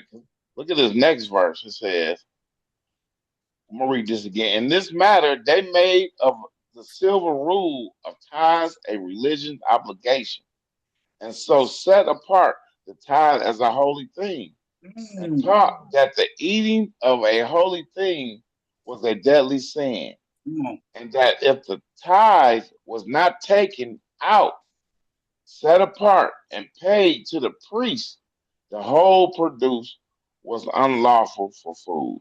Come on, now. The law of clean and unclean was also applied in the extreme. The what? The law of clean and unclean was applied in the extreme. You know what clean and unclean is, but when you apply it in the extreme, it's different. Because now you add. They like don't even look at that pig. Yeah, you looking at that pig for? You know what I'm saying? I'm glad you said that, because we're gonna read something like that later. But understand this. Because we just seen where Pharisee came from, and we seen that they even come from Hasdians, meaning saints. But now we see what happened later on. Like I said, they cared about the priesthood, and they cared about, you know what I'm talking about, being seen rather than being set apart, right? So let's go jump and see what this is talking about in Mark 7. Where it say the law of clean and unclean. Mm-hmm. Was also applied in the extreme, and all they cared about was tithing, right? Making sure the tithe was set apart. It feels paid to the priest. All right. If you pay it to the priest, everybody And getting their goods on that. I know how it goes. What is Mark 7? Oh, we read it from. 1-16. Yes, sir. Yes, sir. All right. I'll read it up. And the Pharisees and some of the scribes assembled to him, having come from Jerusalem. And seeing some of his taught ones eat bread with defiled, that is, with unwashed hands, they found fault. Oh, so that's different, not? Remember, the brothers came to the Pharisees and like teach you how to be set apart. Now look where we at now with this Pharisee. They said, man, your hands are defiled. You trying to eat? And he look, I see he with the scribes. This are the Pharisees and some of the scribes. So you see who the scribes were earlier too. Right. That was Ezra. Ezra was a priest and a scribe, right? Mm-hmm. And seeing some of his taught ones eat bread with defiled, that is, with unwashed hands, they found fault. For the Pharisees and all the Yehudim do not eat unless they wash their hands thoroughly, holding fast the traditions of the elders. Wait, I want y'all to notice what we just read. I want to skip over that. It said the Pharisees and all the Yehudim. Right? The Pharisees and all the Yehudim. So that means the Pharisees say this is how you gotta wash it. Guess what the Yehudim do? Let's wash it like this. Right. What they say. And coming from the marketplace, they do not eat unless they wash. And there are many other traditions which they receive and hold fast. The washing of cups and utensils and copper vessels and couches. Then the Pharisees and scribes asked him, why do your taught ones not walk according to the traditions of the elders, but eat bread with unwashed hands? And he answering said to them, well did Yeshayahu prophesy concerning you hypocrites, as it has been written, this people respect me with their lips, but their heart is far from me. This Mashiach quoting Isaiah, right? We just read that last week or the week before when our discussion, right? Mm-hmm. And in vain do they worship me, teaching as teachings the commandments of men. Teaching as teaching the commandments of men. Come on, Right. That's the oral law that they say you got to do. That's not written that we just read in Josephus, right? Right. Forsaking the commandment of Elohim, you hold fast the tradition of men. So now we see a big difference now. You forsake the commands of the Most High, but you hold fast the traditions of men. Come on. Right. And he said to them, well, do you set aside the command of Elohim in order to guard your tradition? For Moshe said, respect your father and your mother, and he who curses father or mother, let him be put to death. But you say, if a man says to his father or mother, whatever profit you might have received from me is korban, that is a gift. You no longer let him do any matter at all for his father or his mother, nullifying the word of Elohim through your tradition, which you have handed down, and many such traditions you do. And many, so that means Mashiach telling you this ain't the only thing that y'all do. You nullify the word of Elohim through your traditions, which you have handed down. Right? Come on, this ain't written nowhere. This when they start. This why Mashiach saying woe to them, right? And calling the crowd to him, he said to them, hear me, everyone, and understand. There is no matter that enters a man from outside which is able to defile him, but it is what comes out of him that defiles the man. And if anyone has ears to hear, let him hear. Can you read it up? Nah. Okay. We're going to Luke 7 now. Luke 7, 36 to 50. And that's cold that he says to anyone who got ears to hear, let them hear. After he said, it's not what he said that what goes into a man that defiles them. Because you know what I'm saying, we know what they use that to say, you know, you can eat pork and stuff. You know what I'm You saying? got to have ears to hear, right? Right, yeah. Got to have ears to hear. Because you ain't got ears to hear, you're going to be like, you're going to take what he said on surface and be like, oh, you can eat anything. Exactly.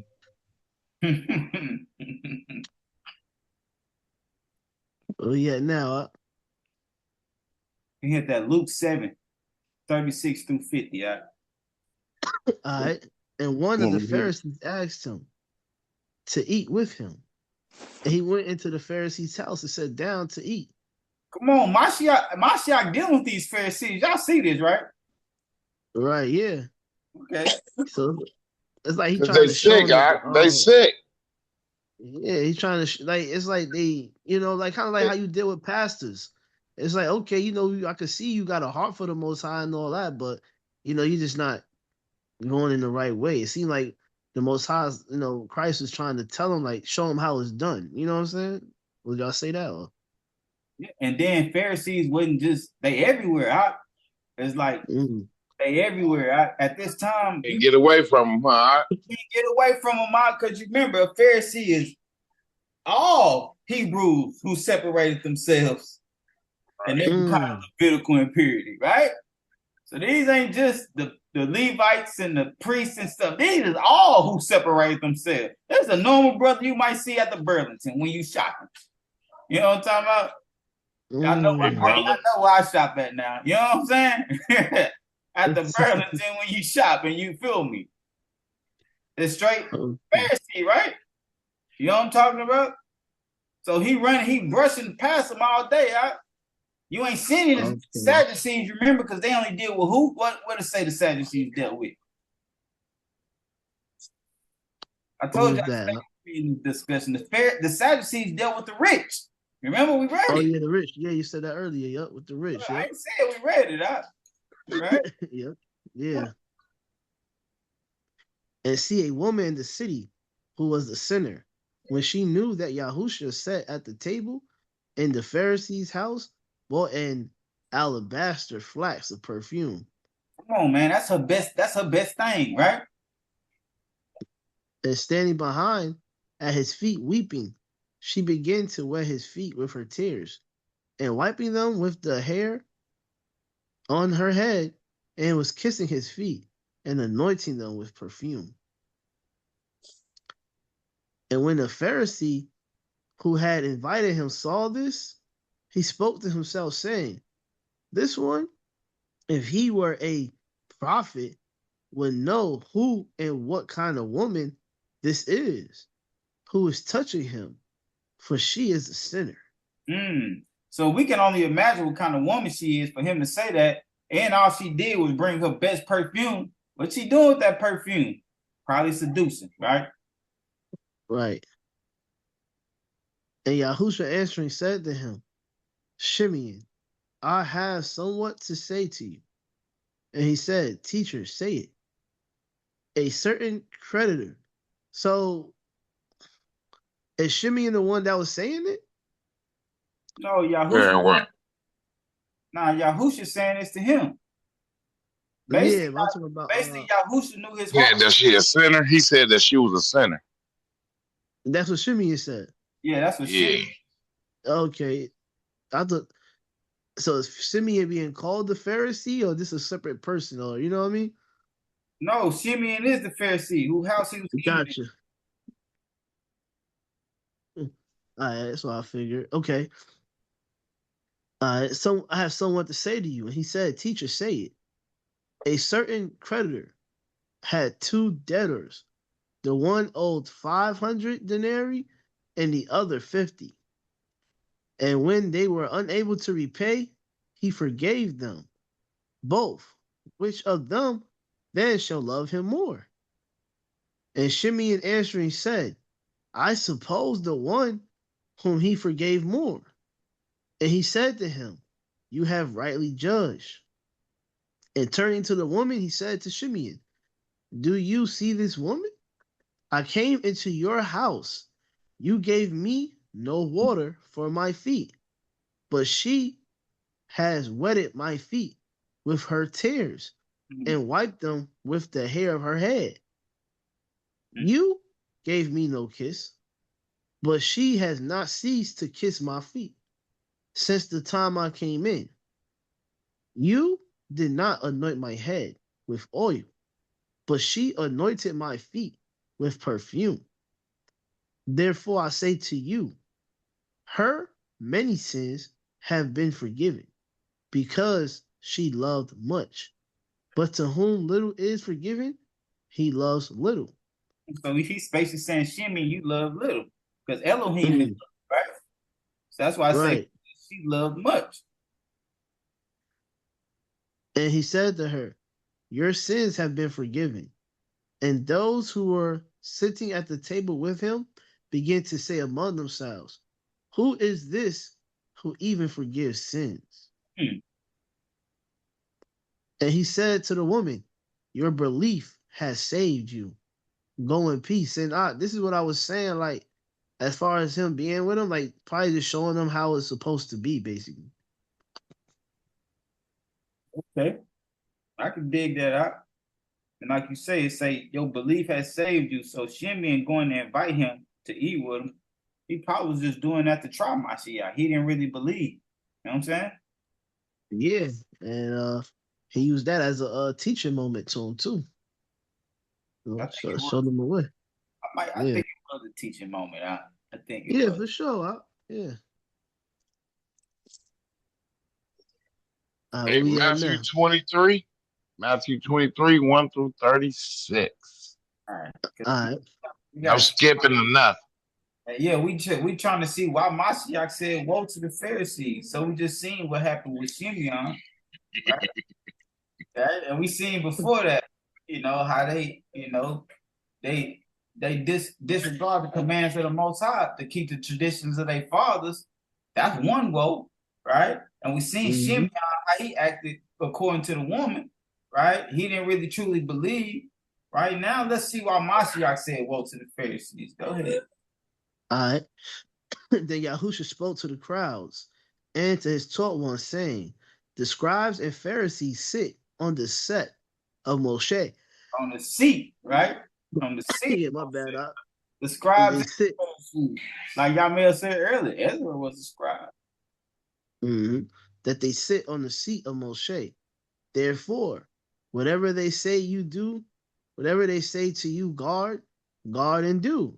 Okay. But do not. Hey, matter of fact, finish reading that. My bad. Go ahead. Therefore, whatever they say to you to guard and do. But do not do according to their works. For they say and do not do. Hey, go ahead. Say what you're going to say. Ain't going to say nothing now.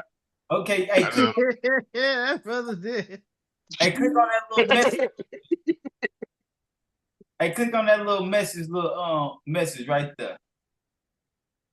Read that out. What that say?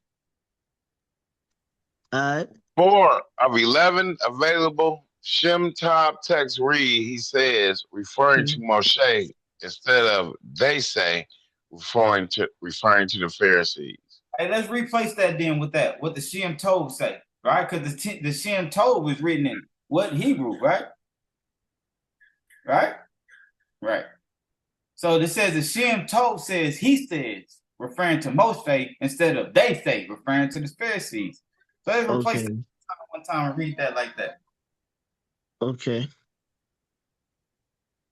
so we gotta go up right there, right? Therefore, whatever he says to you to guard and do, but do not do according to their works. For they say and do not do. Oh, so whatever he say, whatever Moshe told you to do in the Torah, guard and do. But do not do according to their works. Talking about the Pharisees, for they say and do not do. We just want to see what the Shem Tov said on that one time. He said, right? Go ahead. That was good, for sure. Right. For they find heavy. Mm-hmm. For they bind heavy burdens hard to bear Read that in and lay Josephus, them. right? We read that in Josephus. He said they put all these other heavy burdens on the people, right? That's not Mm-hmm. written. Go ahead. For they bind heavy burdens hard to bear and lay them on men's shoulder, but with their finger they do not wish to move them. And they do all their works to be seen by men. And they make their tiffling wide. Oh, their tiffling, right? Yep. Yep. Okay, wide and lengthen their diseases of their garments. And they love the best place at the feast and the best seats in the congregation. This is why Mashiach is saying woe to the Pharisees, right? Everything we read, buying heavy burdens, putting on works to be seen by men, making sure you're seen with your long fringes, right? This is why he's saying woe to them right now. Just understand. It's crazy. My bad. Go ahead. I was just saying, I was crazy reading that during this so-called time of Easter for them. You know what I mean? This is when they put on their best outfits. You know what I'm saying? That's crazy. All right. And the greetings in the marketplaces, and to be called by men, Rabbi, Rabbi. Yeah, it's real deal. What you saying? But Is you, pastor right now? it's 100%. Every time I read this, like you can't help it because if we grew up in black churches, we know this is true. This is what we seen. You know what I'm saying? You know, the people. Like to You be know, called pastor. yeah, all that deacon, bishop. You know what I'm saying? They do all like it is all just be for show, man. You know what I'm saying? So it's just like this is just so relatable, you know, when you read that. Because that's just what it is, especially during this so-called Easter. You know, black people know about the Easter best dress. You know that. That's what we knew. Dressed up, best dress. You feel me? I came the second one year. You know what I'm saying? That's what they want you to be extra clean. Got you a brand new suit and everything on Easter Sunday. You're like, okay. And got no money to buy the suit too. Yeah, it be going down, bro. So, you know, reading that be hitting home. Like, you know, we seen that if you grew up in a black church. You definitely seen that for sure. All right. All right. But you do not be called rabbi, for one is your teacher, the Messiah, and you are all brothers. I feel like we just had that conversation with somebody. I like that too. It said you are all brothers. And you know what? That's real talk, because you know, when you go in them churches, they don't, it's like you don't have a word. Like you can feel like they know more than you. You know what I mean? But Mashiach is saying, you know, yeah, you can learn from, you know, we all the same in a way. You know what I'm saying? So I see what he's saying that. You know what I'm saying? For you are all brothers. Like in this assembly right here, you know, we all brothers. Ain't nobody higher than one. You know what I'm saying? But it's not like that in the churches. They quick to like what? Kick you out the congregation. I wouldn't be surprised if that's in here. You know what I'm saying? Hey, that brother say, hey, I got a master's in etymology. Hey, all brothers. You know what I'm talking about? All brothers, right? I brother care about. Hey, my woman was listening. She was like, he came to school, y'all. When he talking about. He said, cause my daughter had. It was funny, but he said Ethiopia. You know what that means? Land of the blacks. My daughter said, even I know that. You know what I'm talking about? I was like he came to school. Look, my daughter talking about, even I know that. You know what I'm talking about? Right. Hey, we are all brothers. You know, don't be yourself. That was a good one. All praises, man. I can't make that up, brother. Straight up. All right. And do not call anyone on earth your father. For one is your father, he who's in the heavens, man. So that's not talking about literal. That's talking about how them Catholics talking about when they call their priest father and stuff like that, when they making confession and all that, right? Tell you, like, you would have thought, like, do they read this book? You know what I'm saying? Nah, they read that. Never mind. Go ahead. Let's do it. Neither be called leaders, for one is your leader, the Messiah. All praises. Do anybody? Can y'all think of anybody that call people leaders? They used to say MLK was their leader, right? Oh yeah, Malcolm X. Yeah. What about in these camps these days? You gonna be a Oh. leader? Yeah, they leaders. Leader over General under commanding General Yohana, right? Come on. Yeah. Third in command in heaven and earth, they say. Hey, so that's why we're saying why Mashiach said, whoa. And now we still asking, do the Pharisees still exist? And don't forget, at the end of the discussion, are you a Pharisee? Go ahead. Captain of 50, you know what I'm saying? Let's do it. But the greatest among you shall be your servant. And whoever exalts himself shall be humbled. And whoever humbles himself shall be exalted. That's why he said don't call yourself no leader. No leader is humbling himself, man. Come on. But woe to you, scribes and Pharisees, hypocrites, because you shut up the rain of the heavens before men. For you do not go in, nor do you allow those who are entering to go in. Hey, let's still understand why Mashiach said woe to the Pharisees. We're reading. So again, we read what Pharisee means, special, separated by special works, right? We read where it started from Ezra, even into the Maccabees, even all the way back to questionable during Moshe time. Did any of that, when we read that scene, like what we read right now, what Mashiach is saying, woe to the Pharisees? No. Mashiach right here pointing out specific things why he's saying woe to them, right? Right, exactly, yeah. Okay, I can dig it. Here we go. What they do But again? All right, but woe to the scribes and Pharisees, hypocrites, because you shut up the rain of the heavens before men, for you do not go in, nor do you allow those who are entering to go in. Can you think about what type of Pharisee that is that does that? That sounds like pastor. That sounds like pastor, man. You shut up the rain of the heavens before men, right? You ain't teaching the truth. For you do not go in. You ain't teaching the truth, neither do you know the truth. Nor do you allow those who are entering in to go in. So even if they trying to come learn the truth, you be like, nah, let me swallow you with this false doctrine. Come on. That's the man right there. That's the type of Pharisee we talking about right here. Yeah. Cause I like how you said, like, even if you go to learn the truth, they say, no, let me swallow you up with this false doctrine, because you got the ones that get paid to teach that false doctrine. So they might, like these pastors be knowing, they straight tell you, like, yeah, I know that it's pagan, but they're not going to teach you the truth, because that's not what pay the bills, bro.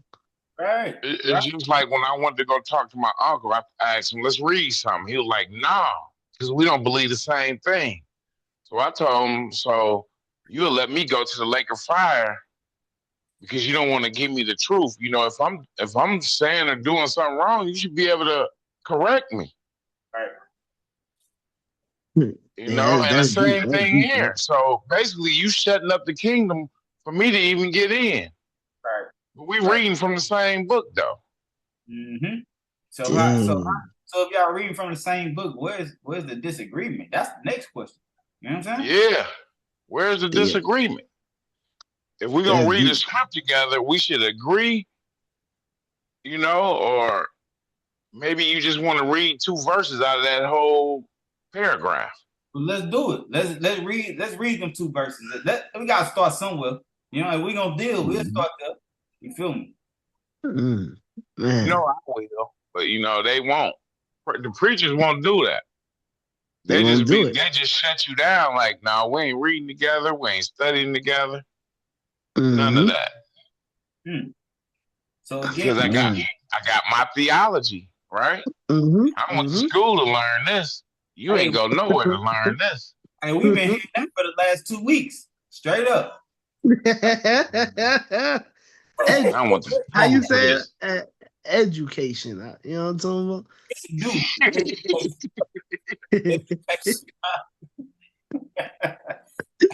about? I'm on mute. I'm over here talking to myself. Education. Yeah, you better start saying it right. Anybody say it wrong, you better correct them. You're gonna make a fire for something like that. Yeah. Education. I'm just like, dang, you know. I bet not hear none of you brothers say church again. I know that. You know? And you know what was crazy when I hit that Hebrews for him? He even added to that scripture when he quoted it. I'm like, man, he's talking to certain people though. It really ain't. Education. Look at y'all I was just, stuck on that. yeah, I was tripping. I'm like, man, I think I was saying education wrong my whole life. Yeah. That brother said, get some education. That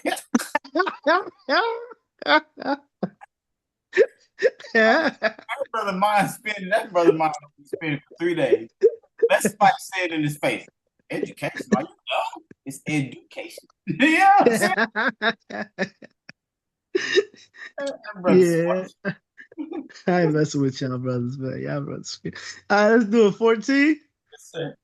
All right, let's do it, man. Woe to you, scribes and Pharisees, hypocrites, because you eat up widows' houses.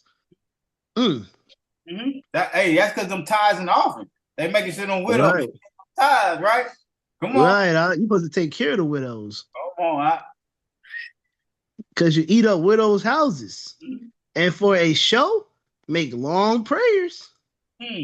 Because of this, you shall receive greater judgment. What type of Pharisee is this? Remember, Pharisees all who set themselves apart from the biblical and right. What Pharisee is this? That sound like Pastor Man again. And let a widow be in his church. Hey, if you ain't paying my tithe, man, you ain't doing right. You feel me? Right. The widow household is supposed to be what? Taking care of the fatherless and the widow. Come on, man.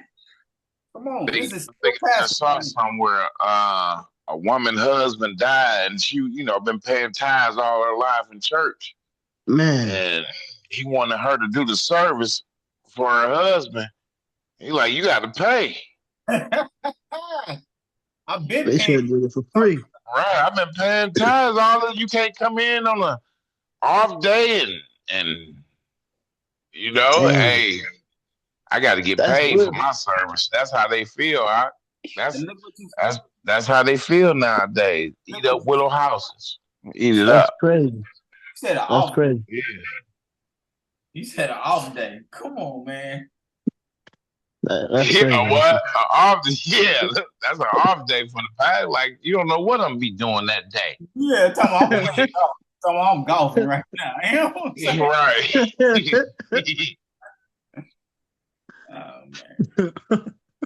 right. Right. Yeah. Woe to you, scribes and Pharisees, hypocrites, because you go about the land and the sea to win one convert. And when he is won, you make him a son of Gehenna, twofold more than yourselves.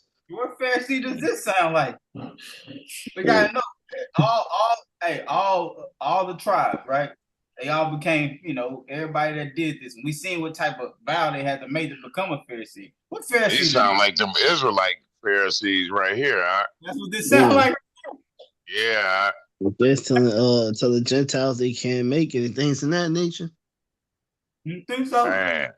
I think this. Go ahead. Just think about when they teach their doctrine to people and then how they be out there, making them worse. Yeah, Gentiles can't be saved. You out there fussing at every Gentile you see. Yeah, that's what I'm talking about. Yeah, that's what I'm saying. I can dig that. Yeah. I can dig that for sure. Okay. Yeah. And make them two fours more. So once they start teaching, boy, them niggas be off the chain, huh? Yeah, off the chain. Off the chain, bro. Dig that. Sure. Somebody just want to walk up to see what they got going on. They ready to you ain't going to the kingdom straight away. They ain't even asked the question yet. They just looking at their little signs and stuff. Yeah. The Yeah. nationality. A two folds more than your sister. Twofold, man. Okay, I can dig Yeah. Cornelius wasn't no Gentile. You know what I'm saying? Huh? it. Yeah, that's a complete lie. Okay. That's it. The Gentiles were the you know what I'm saying? They was the they was Hebrews that didn't know they was Hebrews, you know? Like that. Every Gentile, that's all a Gentile is, huh? Right. It's a Hebrew that didn't know he was a Hebrew. That's it. Wow, that's wow. Woe to you, blind guides. What do you call these Pharisees and scribes? Blind guides. Mm-hmm. Who say, whoever swears by dwelling place, it does not matter. Oh. What does that mean? Swear by dwelling place. Keep reading. It's gonna explain it for you. Okay, go ahead. Keep reading that. All right. Woe to you, blind guides, who say, whoever swears by dwelling place, it does not matter. But whoever swears by the gold of the dwelling place is bound by oath. So I guess a land. Just say the synagogue or something. Oh, okay. But whoever swears by the gold, or the tithes that was put on the altar of the dwelling place, is bound by oath. Okay.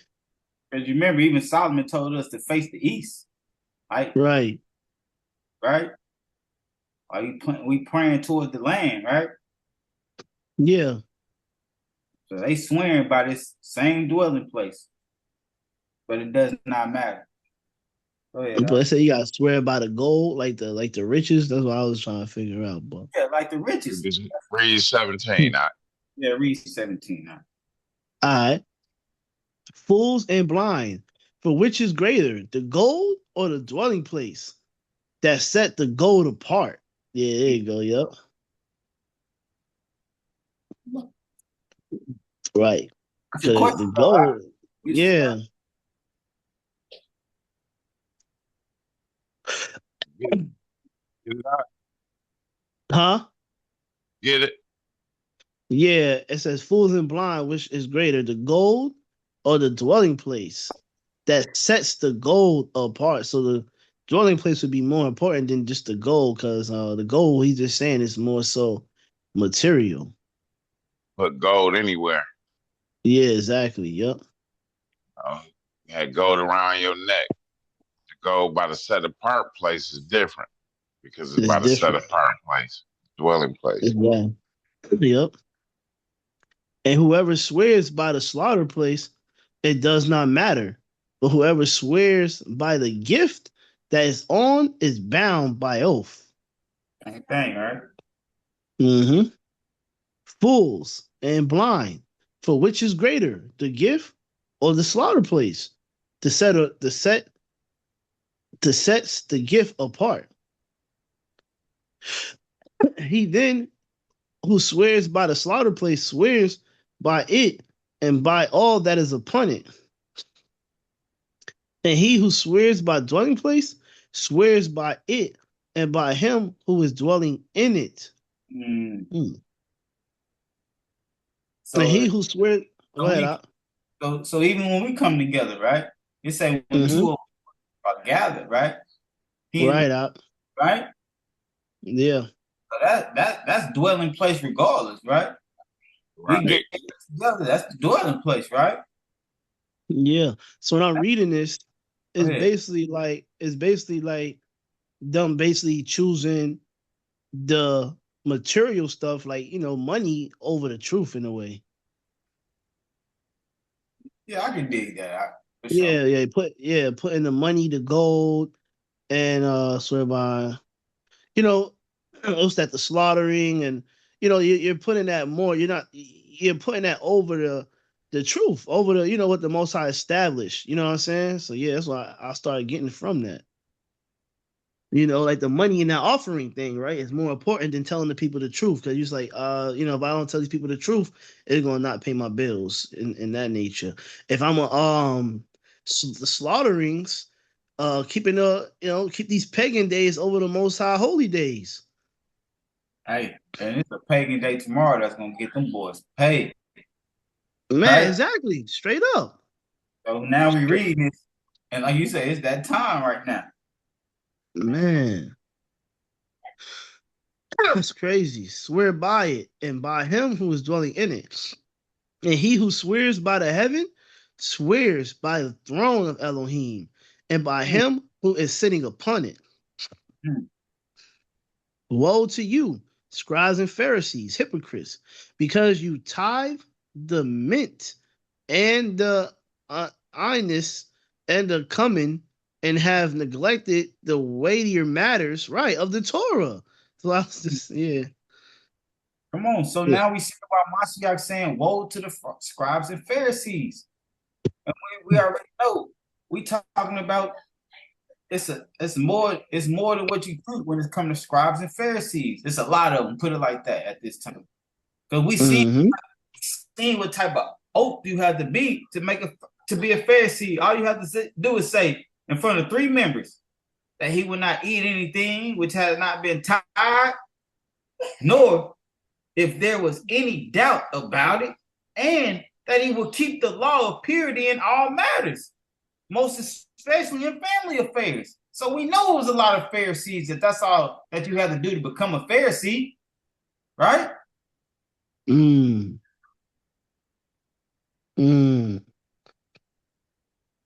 Let's see. So look at these. Neglect the So way now you think live. about it, because you tied mint and it's coming and have neglected the way it matters of the Torah. What type of Pharisee y'all think that is? And then That's the people in the pool. That's the people in the church house listening to the preacher man. Tired, making sure the plate coming around and they making sure they paying their 10%. But they neglect the weightier matters of the Torah, right? Keeping the commandments. Tell them to keep a commandment right now. They like, I ain't gotta do that. I pay my tithes. That's who these Pharisees are. The ones listening to the pastor. The right ruling and the compassion and the belief. And the belief. And you know what? I like how you pointed that out. Like these are like Pharisees. When you think about Pharisees, we always thought, like, I just learned that anybody could be a Pharisee, like the Hebrews. You know what I'm saying? I just learned that. So that's why when you just sat here and said that the ones in the church that's tithing and following the pastor, how they are also Pharisees, because these are the same people when you try to show them the truth, they just gonna repeat what the pastor said. You know what I mean? They can't see it. You know what I'm saying? So yeah. Pastor said, and they gonna love pastor is my leader. Exactly. I tie my ends, my coming, right? I gave my 10%, man. Right? But you neglected the weightier matters of the law, right? Keeping the commandments. Right. Yeah. So I can see how, yeah. Wow, that's crazy. Yeah. Okay.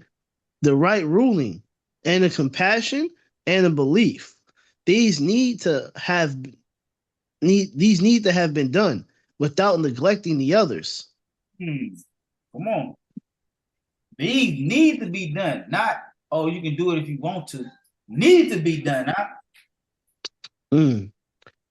Blind guides straining out a gnat and swallowing a camel. Blind guys straining out a gnat, but swallowing a whole bunch of false doctrine. Woe to you. That's deep though. He said that these need to be done. That kind of goes back to what's that? We read that in Isaiah. I had it at the tip of my tongue, but it was like, is this not the way that the Most High want us to be? You know what I'm saying? Talking about like like feed the widow, this, that, and the third. And I want to deal with that 24 one. Scroll back up. Oh, this is not the fast that I have chosen. That's what he was saying, or something like that. Y'all know what I'm saying? Yeah. Say blind guides straining a gnat and swallowing the camel. Y'all know I know I sip me some wine. You feel me? Think about if a gnat in your cup and you swallow that thing, it's hard. You like coughing it up. That's how these people be in a church, or you go try to talk to somebody about the truth. It's like swallowing the gnat and they coughing it up. I can't deal with it. It's in my throat. It's in my throat. They can't swallow that truth. Well, with that false doctrine, that camel, they swallow that shit up quick. They swallow that. They swallow that. They're like, oh, I like that. Swallowing the camel though, you straining the gnat out. I can't swallow this. But boy, that false doctrine come. You swallow that up quick. I'm telling you. And that's why he got the exclamation point right there. You know, like you can swallow a camel, but you can't swallow a gnat. You know what I'm saying? Yeah. And then when you try to swallow a gnat, you feel it. You be like, you coughing that thing up. Feel me? And that's how they do with that truth. They coughing that thing up. And the truth is easy to absorb because we reading it. Just like a little bitty gnat. You should be able to easily, I ain't even feel that. You know what I'm talking about? You should absorb it easily because it should be truly understandable. But we see through the set apart spirit, all praise to the Most High, we can understand it. That's how the people is. But swallow a camel quick. Right. All right. But yeah, when he was saying like that these need to be done, it's kind of like what he said, this not the fast that I chosen, feed the widow, this, that, and the third. And I think y'all have read something recently. And it was talking about doing those type of works. You know what I'm saying? So, yeah. That's real deal. We at 25?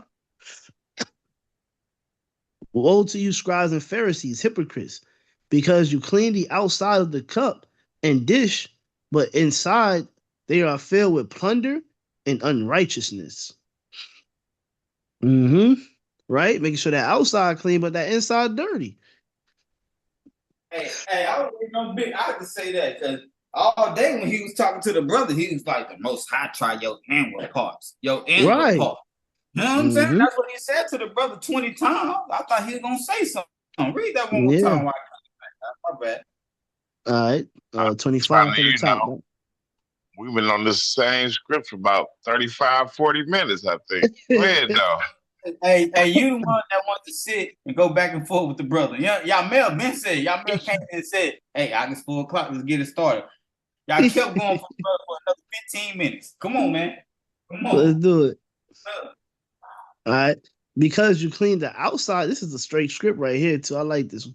Because you clean the outside of the cup and dish, but inside they are filled with plunder and unrighteousness. All right. I just leave it at that. Inward parts. There you go. Right. Man. Blind Pharisees.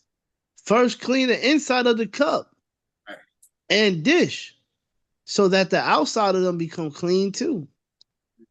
Woe to you, scribes and Pharisees, hypocrites, because you are like whitewashed tombs, which outwardly indeed look well, but inside are filled with dead man's bones. Yo, actually, y'all was not playing, huh? Hey. He wasn't playing when he said that? Yo, he said, yeah, the casket look good, but inside is a dead man. Right. Come on. I know I was going to get mad if we expanded on it, but I feel you. Inside the dead man. Come on. I can't be mad at that. Man, he ain't playing no games. I see y'all was cold, bro. And when he said, man, let the dead bury the dead. Come on, everybody be getting all in their feelings, but man, come on. Man, now he said, woe to you, scribes and Pharisees, hypocrites, because you are like whitewashed tombs, which outwardly indeed look well. Look real good, Fringes hanging but to the top. You said what up? The fringe is hanging to the floor. To the floor, which outwardly indeed look well, but inside are filled with dead man's bones and all uncleanness. Come on. And you know what I mean? Everybody gets so sensitive about death and family members. Man, Mashiach said, let the dead bury the dead, bro. That's cold. So you outwardly indeed appear righteous You to appear men, right, right. right? Because the Most High, well, I told the brother all day today, try your inward parts. He see your inward parts. You appear righteous to men in your outsides, but the Most High know your insides, right? Right. So you outwardly indeed appear righteous to men, but inside you are filled with hypocrisy and lawlessness. Wow. Come on, we already read what lawlessness is, right? Transgressing that. Right. Hey, that's this right here is something that somebody could read at a funeral, right? Yeah. I be Hey, like, nah, Jermaine always say, hey, you tell somebody that, they might kick you out the funeral. You might read this. Inside is filled with dead man's bone. nah, you ain't reading this at no funeral, right? Hey, you gonna be cast out of that dang church right away. Get him out of here. Yeah. Get him out of here. Hey, I don't want somebody to read this at mine, you know, like you said, you gotta clean up that that inside, man, straight up. Cause right now, yeah, the casket looked good, the person looked good, but that nigga could be burning in hell right now because what the inside wasn't clean, bro. Man, straight That's up. crazy, When you bro. die, your face tell the story. Man.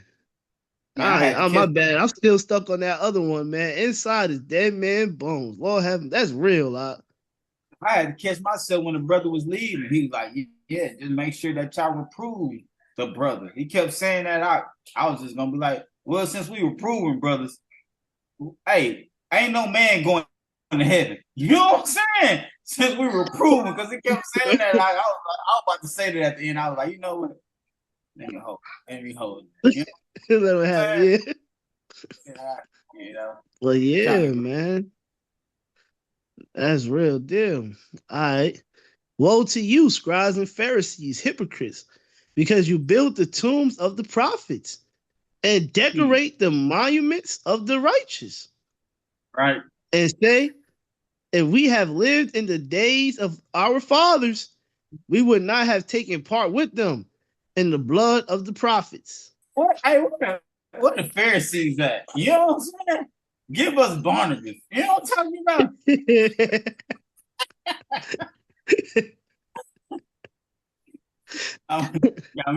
That's me and y'all man. My bad. My bad. Go ahead.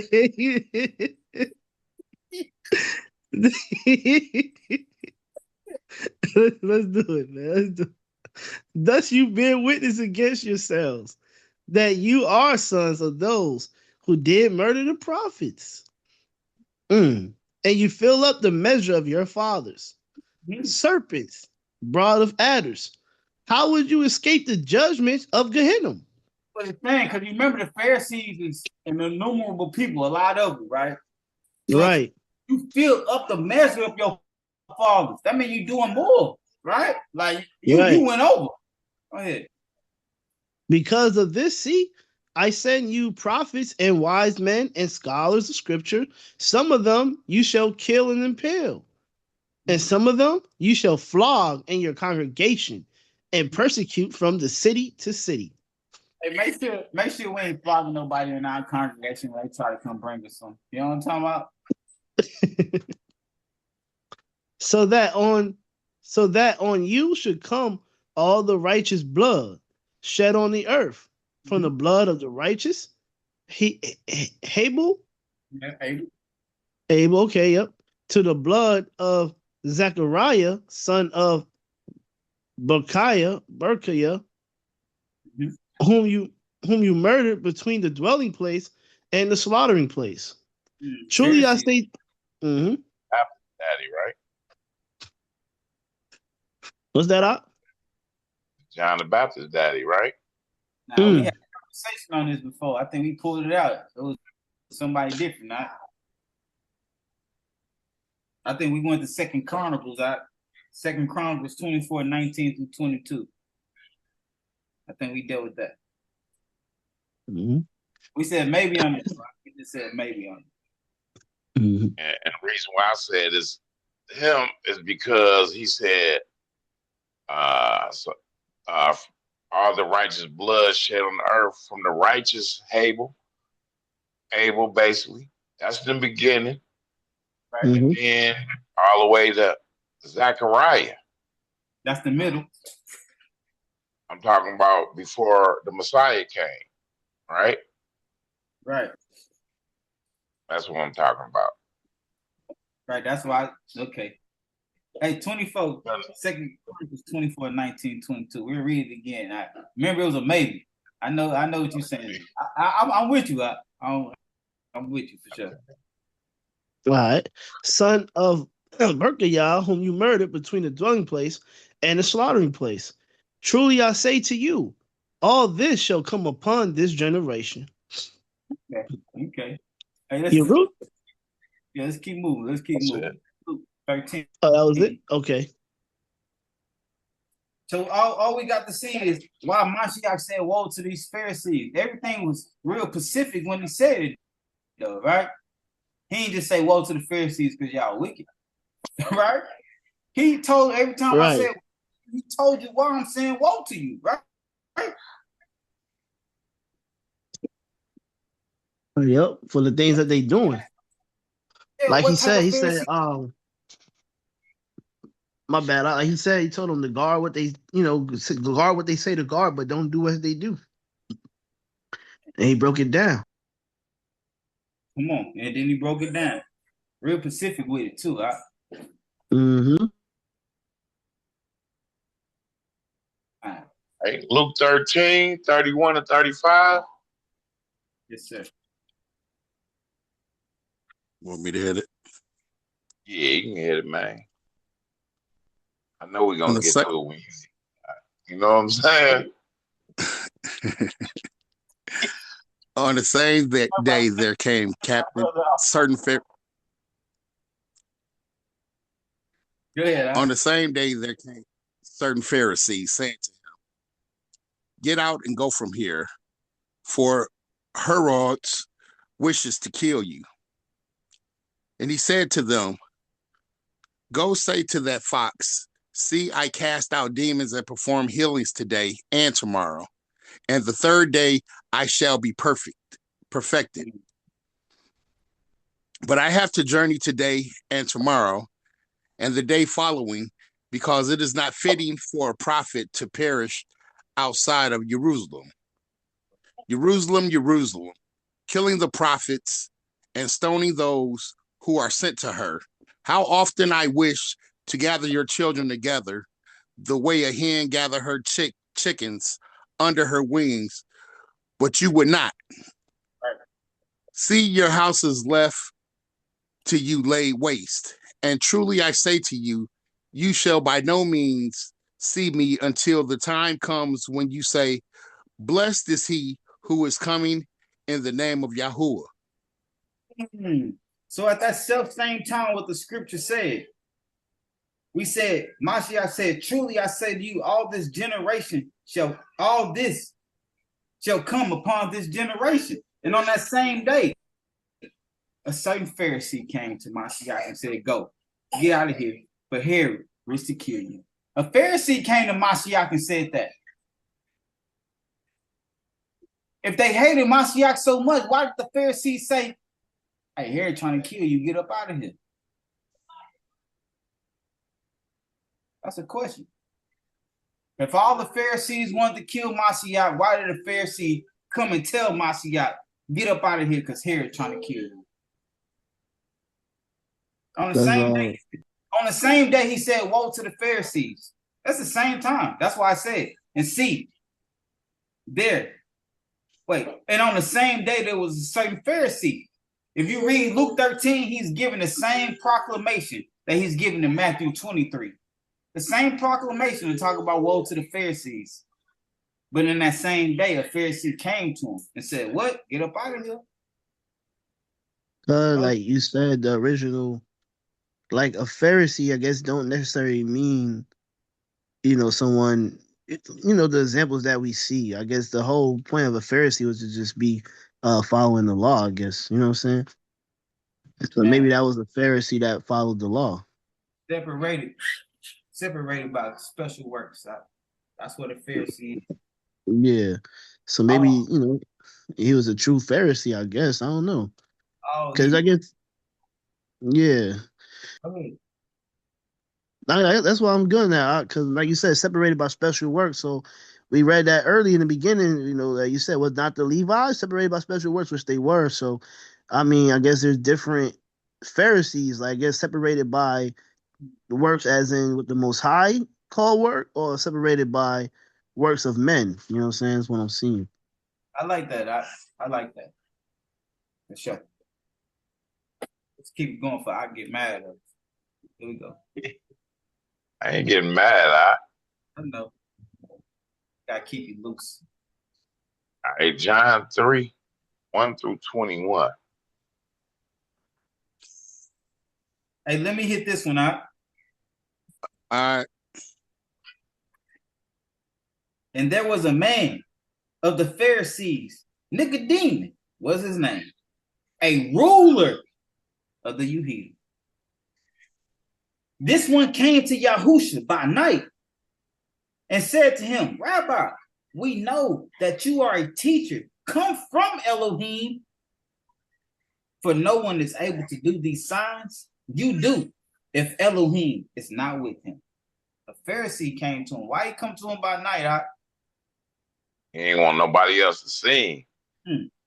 But it sounded like he believed in though. He said nobody. He was a secret follower. He was a secret follower. We're gonna see if that lasts. Okay.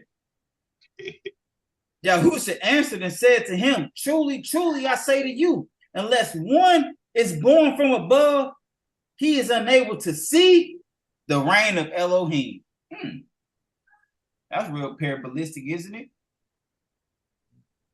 Nicodemus said to him, how is a man able to be born when he is old? Is he able to enter into his mother's womb a second time and be born? Yahusha answered, Truly, truly, I say to you, unless one is born of water and the Spirit,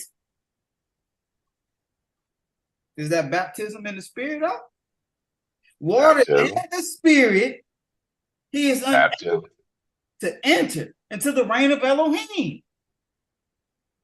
Mashiach words. That which has been born of the flesh is flesh. And that which has been born of the Spirit is spirit. That's clear, right? Do not marvel that I said to you, you have to be born from above, right? Come on, that's how Mashiach talking to him. Don't marvel at that. The wind blows where it wishes, and you hear the sound of it, but do not know where it comes from and where it goes. So is everyone who has been born of the Spirit. Verse 9. Nicodemus answered and said to him, how is it possible for this to take place? Yahusha answered and said to him, are you the teacher of Israel and do not know this? Right? Because you remember Hyrcanus, when we read Antiquities of the Jew, Hyrcanus came to the Pharisees and said, hey, I want to learn the ways of the Most High. Teach me how to be a righteous man. Mashiach is saying, are you not a teacher of Israel and do not know? Right? Come on. That's what Pharisees are supposed to be for, to teach, because we just saying that. Teach the ways of the Most High. 11. Truly, truly, I say to you, we speak what we know and witness what we have seen, and you do not receive our witness. Who is he talking about, our witness? If you do not believe when I spoke to you about earthly matters, how are you going to believe when I speak to you about heavenly matters? And no one has gone up into heaven except he who came down from heaven, the Son of Adam. Who is Mashiach talking to? Nicodemus. Nicodemus is a what? Pharisee. Okay. Just understand that Mashiach blessing Nicodemus the Pharisee with a lot of gain. 14. And as Moshe lifted up the serpent in the wilderness, even so the son of Adam has to be lifted up. So that whoever is believing in him, that's why I say everyone means everyone believing in him, should not perish but possess everlasting life. For Elohim so loved the world that he gave his only brought forth son. I'm glad it don't say created. Only brought forth son. So that everyone who believes in him should not perish but possess everlasting life. It better not say. It better not say that. Yeah. That brother Blaine would have exploded. 17. But Elohim did not send his son into the world to judge the world, but that the world through him might be saved. Who we giving this game to? Nicodemus the Pharisee. Okay. The Pharisee, yeah, that's what I was saying. See, he ain't mind teaching them. Come on, who we keep on breasting and rubbing shoulders with? The Pharisees. Okay. Well, my thing is like a pastor, man. You wouldn't mind trying to teach a pastor, man, because he got a whole following in the congregation. So you hope the pastor, man, gets some truth so that he can lead other people into truth. Especially if you already got a following.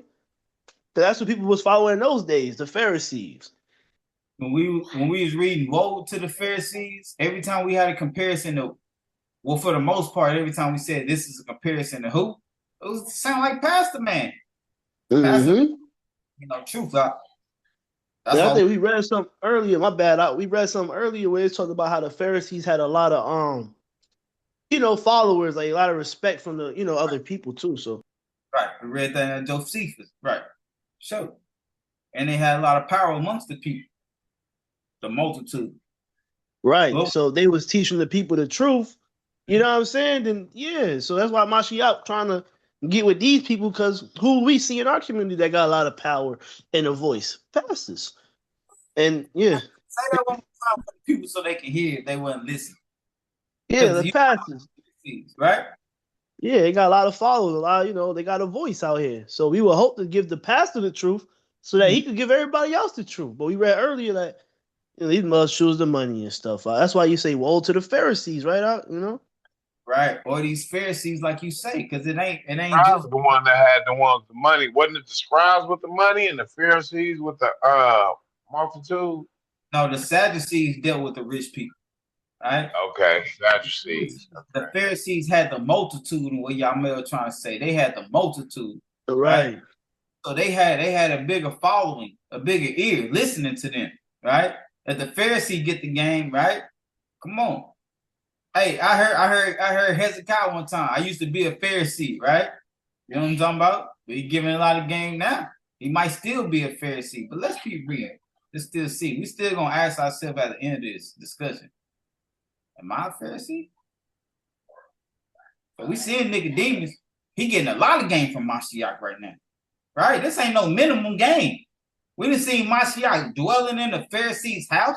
He like, man, nigga, woe to you. You know what I'm talking about? He dealt with another Pharisee named dealing with Nicodemus. Right? Where we at with him? 18? Yeah.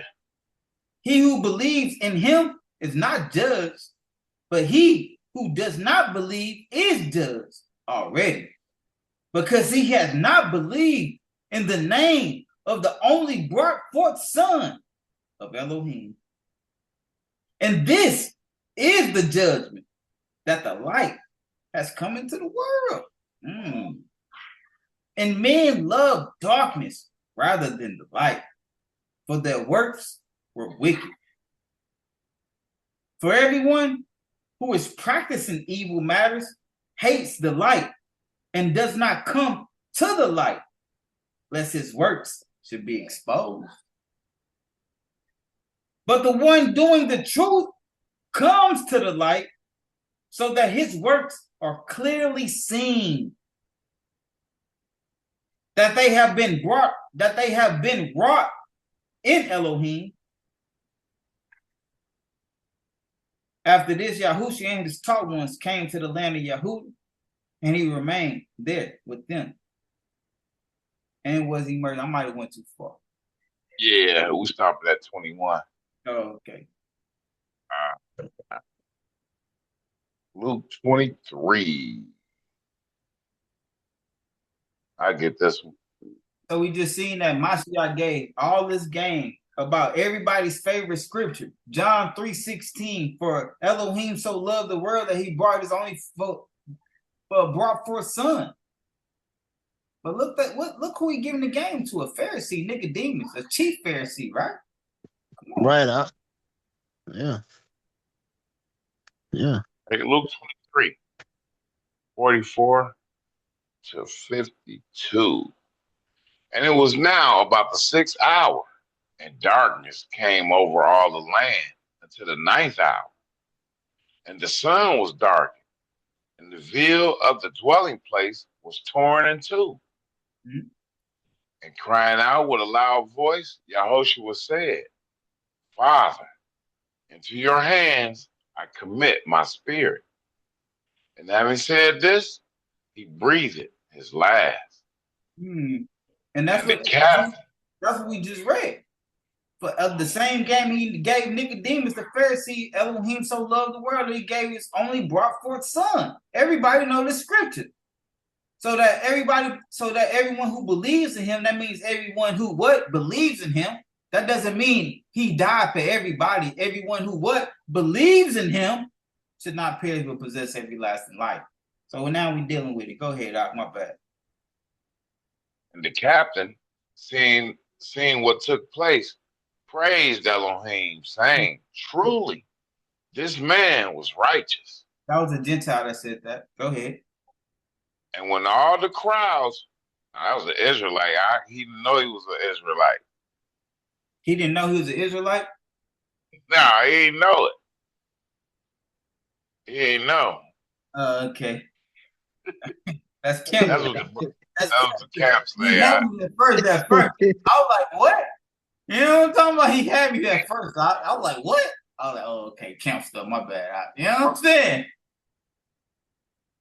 When all the crowd, and when all the crowds who had gathered to that site saw what took place, they beat their breastplates.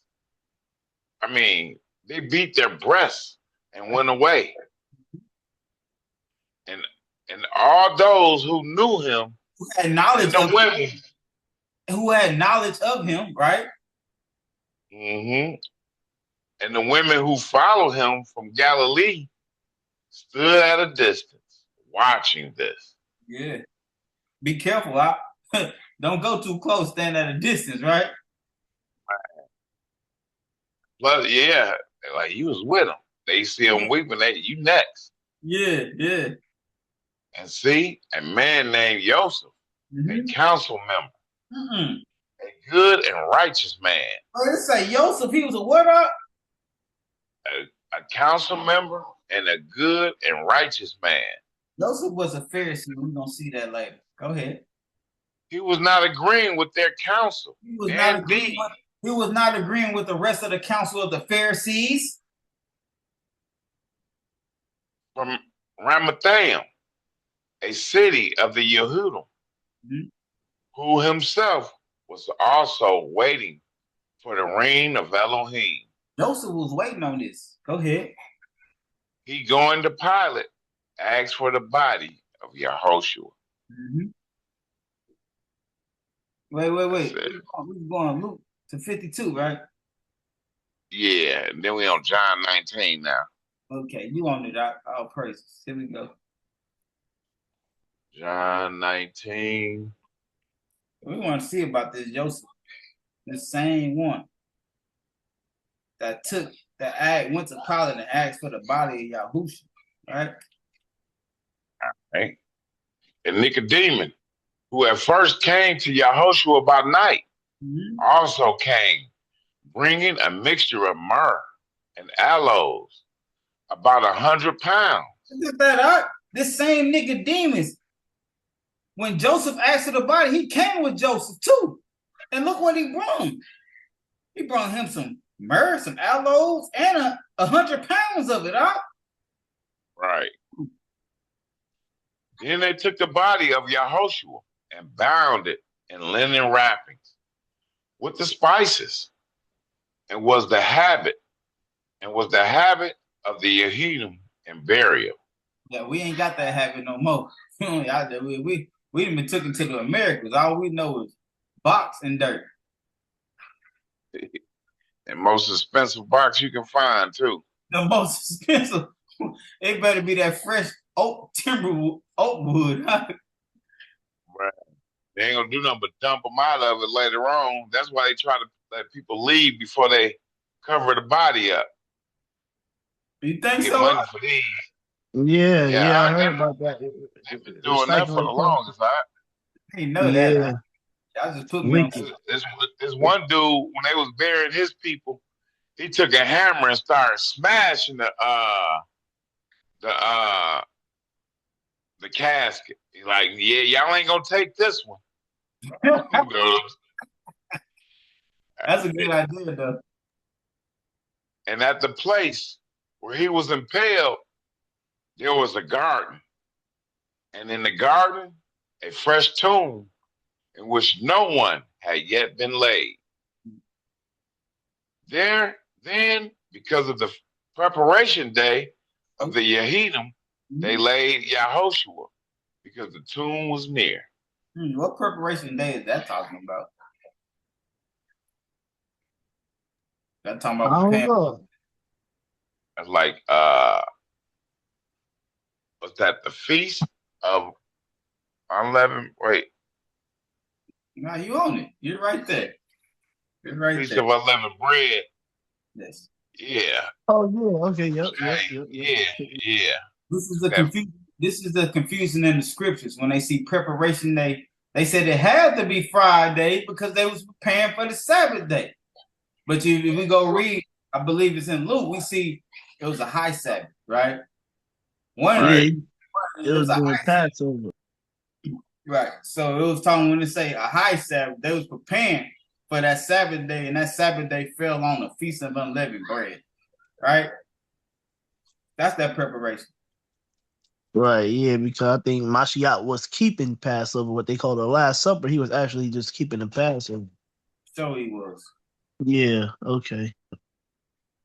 All right, what we at with him, Mike? Finish them strong right here. Gospel. With Nicodemus?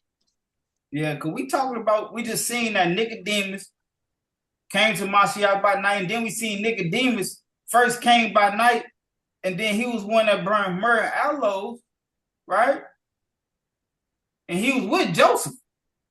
And they was the ones that buried Mashiach's body, right? Gospel of Nicodemus, right? These are Pharisees we talking about, actually, too. Don't forget this. Nicodemus, we seen he was a Pharisee. Joseph, he was a councilman, but we're about to see, hopefully. He's a Pharisee also. Go ahead. Want me to read it out, or you got it? I got it. When the unjust Hebrews heard that Joseph had begged and buried the body of Yahushua, they sought after Nicodemus. Wait. They heard that Joseph buried the body, but they sought after Nicodemus. Why they didn't seek after Joseph? Because we just read right here that Nicodemus was with Joseph, and he brought the myrrh and aloes. About 100 pounds of it, right?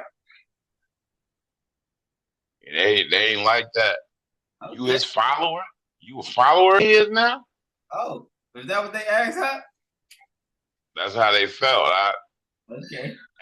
And those 15 men who had testified before the governor that Yahushua was not born through fornication. Whoa. Now we're getting some extra insight. Now it's another 15 men. It ain't just Nicodemus, or it wasn't just Yahushua who went before the governor, Pilate. It was 15 more men that testified before Pilate. And told you, Yahushua, man, he wasn't even born through fornication. Come on. That's another good persons.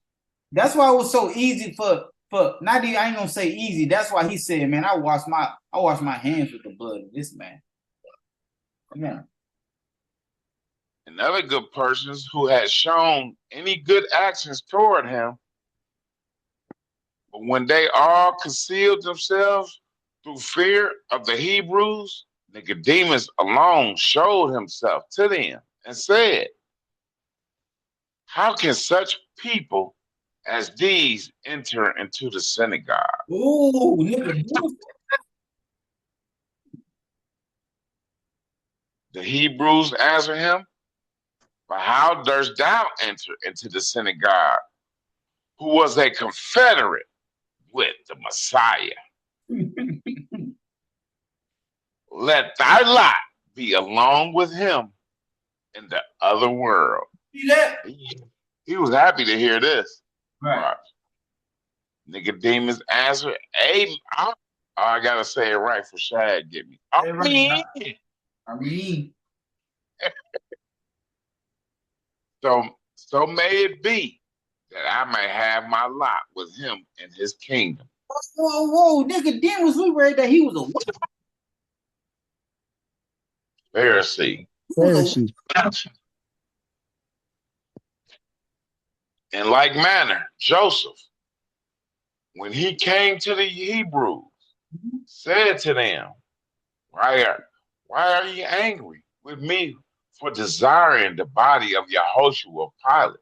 That's a question, not why you mad for me getting the body of Yahushua. Why are you mad about it? Right. Behold, I have put him in my tomb and wrapped him up in clean linen. Right. And put a stone at the door of the sepulchre. I have acted rightly towards him. Right. But ye have acted unjustly against that just person and crucifying him, giving him vinegar to drink. We read about that. Wasn't it like pee or something? Yeah, it was feces or something like that. That's why I say give him vinegar to drink. That's why I say you acted unjustly. Yeah, because anybody just giving some regular vinegar, you like, it's nasty. But we know what kind of vinegar they talking about, right? Yeah, we read that a long time ago. Yeah, right. Like vial, some stuff like that.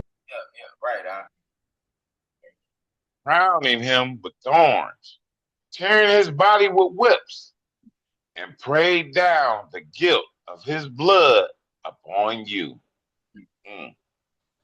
The Hebrews, at the hearing of this, were disquieted and troubled.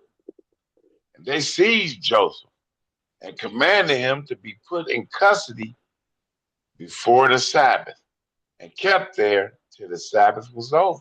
And they said to him, make confession, for at this time it is not lawful to do any harm, right. till the first day of the week come. Come on, so they just saying basically confess. We ain't gonna do you no harm. Just confess. It's the Sabbath. And they confess that, yeah, we're gonna get you Sunday. Yeah. Your blood is mine. They started singing Michael Jackson, huh? Oh, that's what that is. I ain't know what you singing, huh? You know what I'm saying? Talk to y'all Mills about that. He made Michael Jackson reference today. Yeah, he said, your blood is mine. Come Sunday morning. That's when you used to be. That's when you used to be breakdancing to that. Used to be breakdancing to that. Wasn't breakdancing when Michael Jackson was out. Oh, okay. Moonwalk. Oh, okay. You spinning on your head at one point in time. I just ain't know. Hey, Michael Jackson was a bad man. You know what I'm saying? Hey, you brothers, I don't know what this. You know, Shaq like the Prince, right? He get mad when you talk about. That's a Purple Rain brother right there. You know what I'm saying? I don't know that song. I heard Purple Rain, but I can't sing it. You know what I'm saying? I can see Shad. I can see Shad like a Prince. Singing that like Purple Rain. I was like, dude, what is you doing over there? Wait. So that's what you was breakdancing to, Purple Rain? Cause nigga, that's before my generation. You know what I'm saying? That nigga was breakdancing to Purple Rain. That sounds too slow. He pop locking too. Purple Rain. Nah. But we know that thou will not be thought worthy of a burial, but we will give thy flesh to the birds of the air and the beasts of the earth. They like, man, you ain't even getting put in the ground. Man, yeah, them niggas is some cold heart killers, man. You see how they said that? He said, make confession. For at this time, it is not lawful to do anything, any harm to thee, till the first day of the week come. He said, like, wait till the first day come. Right. We know that thou will not be thought worthy of a burial. We will give thy flesh to the birds of the air and the beasts of the earth. Joseph answered, Wait. You remember when we read earlier, though, that the Pharisees ain't have harsh punishment like that first. You feel me? Right. Now look how they talk. They talking greed. Man. When did the change come out? We gonna see the change? The change came in the time of John Harkness when we read Antiquities of a Jew. When they so when Eleazar he was like you and Jermaine. Yeah, like that ill temper, yeah. Yeah, he was ill tempered. During that time, it's gonna change. That when he didn't get his way, when Harkness ain't get his way, and he left that Pharisee sect, the Pharisees knew that if they don't bring forth harsh punishment, they won't stay at top. They wouldn't stay at top, right? So they start bringing harsh punishment at this time, right? That's when they change. Joseph answered, that speech is like the speech of a proud Goliath, who reproached the living Elohim in speaking against David. But ye scribes and doctors know that Elohim said by the prophet, vengeance is mine, and I will repay to you evil equal to that which ye have threatened to me. The Elohim whom you have hanged upon the cross. Yamel. The Elohim whom you have hanged upon the cross, Yamel, is able to deliver me out of your hand. All your wickedness will return upon you. For the governor, when he washed his hands, said, I am clear from the blood of this just person. But ye answered and cried out, his blood be upon us and our children, according as ye have said. May ye perish forever. The elders of the Hebrews, hearing these words, were exceedingly enraged, and seizing Joseph, they put him into a chamber where there was no window. They fastened the door and put a seal upon the lock. Hey, every time I hear that, put his blood upon us and our children, that's why he say repent for the sins of your forefathers. Every time I hear that, I maybe want to repent for the sins of my forefathers right there. Like, you won't talk about me. That's for sure. And Ananias and Caiaphas placed a guard upon it and took counsel with the priests and Levites that they should all meet after the Sabbath, and they contrived to what death they should put Joseph. They like, man, we're going to kill his brother. As soon as the Sabbath day over with. And this the same one that just wrapped him in linen and put him in a tomb, huh? Joseph was Pharisee. He did this. That's it. And look what they trying to do. But go ahead.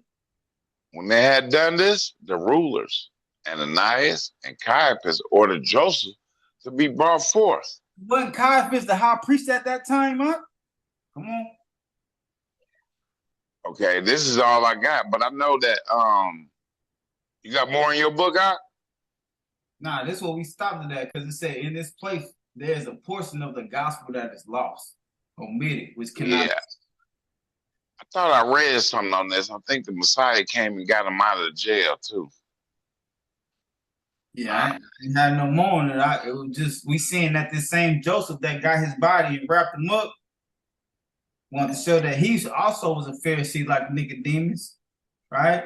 And we see what and we see that they was believing in Mashiach though, right? Yeah, it's in the next chapter, right? Oh, okay. It's in the next chapter. Yeah. Yeah, because it said, when all the assembly heard this, they admired and were astonished because they found the same seal upon the lock of the chamber and could not find Joseph. Oh, yeah. And then after this, it just gets so long. It's like you got to read it all just to get to understand. Right. Yeah, okay. We done with it. But he got out of there, y'all, like Paul did. Yeah, he got up out of there for sure. Yeah, like we got some more pictures first, huh? We got pictures and stuff after this, right? Yes, sir. Pictures. And we just gonna finish that Smith's Bible Dictionary. We're gonna just finish that off. Paul was the one that escaped from jail, right? Through the angels. Yeah. They came in and locked the door for him. Yeah, that's not that one. Right? That's it right there. This it here? Yes, sir. So now we see why Mashiach said woe to him. He was real specific on why he said woe to the Pharisees. Because we see the Pharisees in actuality, their doctrine wasn't off. It wasn't off, right? It was just those Pharisees. It was just those Pharisees who want to stay in power, right? That's the difference. Those who want to stay in power. We don't know no Pharisees that's in power. Or do we? Let's read, Doc. I can read it up. Okay, go ahead, Doc. Their doctrines and rules are the basis of the faith of the Orthodox party of the Hebrews to this day. Oh, the Jews to this day. So y'all keep saying Hebrews. Remember, Hebrew is so general. You can be a Hebrew Edomite, right? That says the part of the Jews to this day. Right? Orthodox party of the Jews to this day. That's their doctrine. So if you go look at the doctrine of the Orthodox party, what they go about? The Talmud. The Talmud. Go ahead. Okay, I'm gonna start from the top. I got a question. Their doctrines and rules are the basis of the faith of the Orthodox party of the Jews to this day. Does that have anything to do with the Talmud, or that added, or why did you say that? Because when you think about the Orthodox Jews of this day, okay, you're going to think of yourself? No, you're going to think about, like you said, the one that reading in the fake Jews that follow the Talmud, yeah. Right. Okay. The Essenes were a kind of intensified Pharisees, and the Sadducees were never a large or influential sect. So some of you brother might be Essenes. You know what I'm talking about? Intensified Pharisee. You feel me?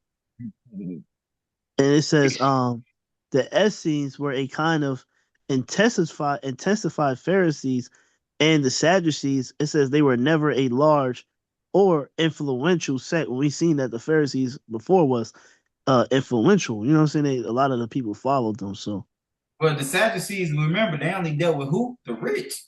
So they was never large. They was never a big. Okay. Influential sect because they only dealt with the rich. Right. Okay. Yep. The Pharisees made themselves the people's party. There you go. By teaching that Elohim has given to all men alike the kingdom, the priesthood. Oh. Yeah, that right there is a mistake, right? Because he gave that to the Levites. Come on, but this is what they taught. God has given to all men alike the kingdom. We can agree with that, right? Right. The priesthood? Not that part. What about set apartness? Yeah, that's for everybody. Hey, Josh, I would have liked you saying that. What's that? He didn't say holy. He didn't say holy. I just said it. I ain't even and catch it. holiness. This, that's why I said that brother don't even know us. You know what I'm saying? Right. The naturally, I Right. ain't even catch that when you said it. I'm like, you know what I'm saying? You coming into this like trying to correct brothers, and we already deal. You feel me? Yeah. Yeah. And yeah, I'll say he gave holiness to all men. You They see? tried to. So wait, no priesthood though. Only priesthood to Israel. Yeah, that's the Levites. Well, yeah. Well, what would you say? We talking about within Israel, he gives to the Levites, but he we are commanded to be the light of the world. So, in that sense, I would say so. But Well, if a Gentile is teaching another Gentile, right? He teaching another Gentile the truth. He probably learned from Israel, but when he go teach his nation, he teaching them the truth. The truth. But he be a priesthood amongst his people. I would say so. Hey, that's what we talking about then. If you would say so, made themselves a party, the people's party by teaching that Elohim has given to all men alike the kingdom. We teach that. That's why I said, who in here is a Pharisee? Because all y'all brothers that say Gentiles can make it to the kingdom, right? Right. Alike the kingdom, the priesthood. The Gentile learned from an Israelite and then went to go teach his people, right? Right. And set apartness. Come on, and they say you're gonna read it in 2 Maccabees 17. Go ahead. They tried to realize that the Jews were a people of priests. Oh, that's that same thing we're talking about. A people of priests, right? Right. Exactly. Yep. The light to the world. Yep. A holy nation by diligent study of the law. We're talking about Pharisees. They tried to realize that Jews were a people of priests. Do anybody agree with that? I agree. Does anybody agree that the real Yehudim is a holy nation? Does anybody agree with that? Indeed. By diligently what? Studying the law. Carefully. Be diligent. Carefully study the law. Does anybody agree with that? 100%. That's what we do, huh? What's a Pharisee in here? Go ahead. A preparation for the office and duties of rabbi. Mm-hmm. And by arranging the concerns of life on the model of those, who minister in holy things. That's what we try to model our life about, right? Yes, indeed. Earl try to tell us how to model our life, but about set apart things, right? Mm-hmm. Okay. Their social meals were molded after the Paschal supper. So the Passover supper. That's a social meal. Say if we all came out and we all went to Big Ock house and he gave us unleavened bread and some meat and cheese, we were like, this nigga is a Pharisee for real. Their social meals were modeled after the Paschal supper, with all its ablutions, blessings, and Levitical rules. Levitical rules. We read that earlier. That Yahusha did not overstate their particular defects. Peculiar. Right? Okay. Remember, that Yahusha did not overstate their peculiar. They said we are peculiar people. This says they're peculiar defects. Defects. Right? Go ahead. Their own account of themselves will show, the Talmud says. Oh, the Talmud said. What the Talmud said? Hey, this is just some fun facts what the Talmud said. Read what it say about these Pharisees, huh? There are 7 kinds of Pharisees. There are 7 kinds of Pharisees. See if you fit in one of these. If not, you ain't no Pharisee. Go ahead. Number 1, the Shechemites, who keep the law for what it will profit them. Shechemites. This is one type of Pharisee. They keep the law to see what it will profit them. That's a Shechemite Pharisee. Okay. Number 2, the tumblers, always hanging down the head and dragging the feet. Tumblers try to show that they're humble. Okay. Try to show he's humble all the time. Okay. Number 3, the bleeders, who to avoid looking at women shut their eyes and so bump their heads. We know y'all male is not this type of Pharisee. Yeah,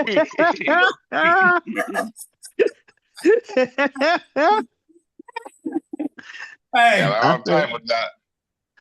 He ain't got no nuts on his head. He's not a bleeder. He is not a Eyes bleeder. wide. Hey, he going back in that line and everything. Yeah, that nigga paid for his groceries. Talking about, did I forget something? I think I gotta get some cereal over here. Yeah. So I need some organic milk. You know what I'm saying? Right. Shit in the water aisle. He down the aisle talking about ain't no milk in this aisle. You know if they got milk over here. Yeah. Talking about, I thought cereal and milk go together. You know what I'm saying? You know what? I think DeAndre a bleeder. I think DeAndre said, I ain't looking at that. Yeah. That is. I'm passing by saying hi. You can't. Hey. You can't get recognized if you ain't gonna say nothing. You feel me? So DeAndre is not a bleeder. Excuse me. You know what I'm saying? That nigga hit the aisle 3 times. You see me, girl. You see me. You know what I'm saying? Yeah. I gotta work on being a bleeder, Rock. I still need work in there. Yeah. A little bleeding when it hurt. We seen the Talmud says 7 different type of Pharisees. Now we're on 3. 4, right? What's the 4th? Number 4, the mortars, wearing caps in the form of a mortar, covering the eyes from seeing impurities. That sounds like the modern day Jews. They wear them little caps on their head and little condoms, and they wear that frontlet on their forehead. That's not literal. I told you that. But hey, what's 5? Number 5. What am I yet to doers, who as soon as one law is kept, asks, what is next? As soon as they keep one law, they say, I got this. What's next? This is easy, right? What's next? Of fearers, who keep the law from fear of a judgment. Okay, now we're starting to get more in deep what the Talmud say about these things. The fear, who keeps the law from the fear of judgment. What's the 7th one out? Number 7, lovers, who obey Jehovah because they love him with all the heart. A Pharisee can be that? A lover who obey Yahuwah because they love him with all their heart? Talmud even says 7 different type of Pharisees. We already seen what Nicodemus was. We seen how Joseph was, wrapped the body up, was persecuted. Nicodemus the same way. They said, you gonna be with him? He said, yes, I am. I'll take the same judgment. Come on. Where we at with him? We read Matthew 5. What about this other stuff? We don't read this next. We at the 5th we almost okay. Matthew 5, 13 through 20. So we just seen it's 7 type of Pharisees. Now again, ask yourself, am I a Pharisee? Because I just seen I can be a lover who obeys Yahuwah because I love him with all my heart. Or I can be a fear because I keep the law for the fear of the lake of fire. I smell some Pharisees brewing in this mug. Matthew 5, 13 through 20. Hey, y'all, hold on before we read. I was gonna say, and we all gotta work on number 4, being a bleeder. We gotta work on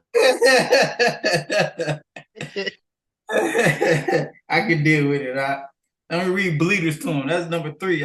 Bleeders who avoid looking at women, shut their eyes, and so bump their heads. You know what I'm saying? That's hey, my woman just walked over here talking about, yeah, that's the one you need to be. I'm like, nah, I need number 7 in my life. She's like, nah, that's what you be a bleeder. I'm like, nah, ain't no number 3. Anybody who watch baddies need to be a bleeder. They need to Yeah, be practicing. I watch back. I ain't no bleeder, right? why you gotta start stuff, Yahoo? You better stay on this bandwagon with me. You know what I'm saying? That brother gonna call me the other day. Did you see that? You know what I'm saying? He called you like, man, it was on and popping. Hey, I ain't no bleeder, right? Let's go. Where we at? All right. Matthew 13, 5 and 13. You are the salt of the earth. But if the salt becomes tasteless, how shall it be seasoned? For it is no longer of any use but to be thrown out and to be trodden down by men. You are the light of the world. It is impossible for a city to be hidden on a mountain. Right. Nor do they light a lamp and put it under a basket, but on a lampstand. And it shines to all those in the house. Come on, man. Come on, you Pharisees. Go shine. Go ahead. Let your light so shine before men, so that they see your good works. So that they see your praise your Father. So that they see your works. Good works. That they see your good works, huh? Your good works. Because what Pharisee mean? Separated by special works. Come on. Now I think what we going to I ain't even looking 20? at it. Okay. 20, yes, sir. Do not think that I came to destroy the Torah or the prophets. I did not come to destroy, but to complete. We had a discussion on that. We ain't gonna deal with it. Go ahead. For truly I say to you, till the heaven and the earth pass away, all right, 1 yard or 1 tittle shall by no means pass from the Torah till all is done. And guess who was zealous of this Torah? The Pharisees. The Pharisees. Come on. Whoever then breaks one of the least of these commands and teaches men so. Come on, you feel it. Whoever then breaks one of the least of these commands, that's what the Pharisee was on, right? And teaches men so. And teaches men so. Shall be called least in the reign of the heavens.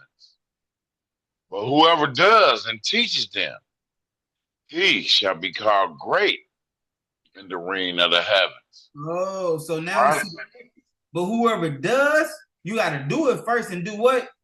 Then you can teach.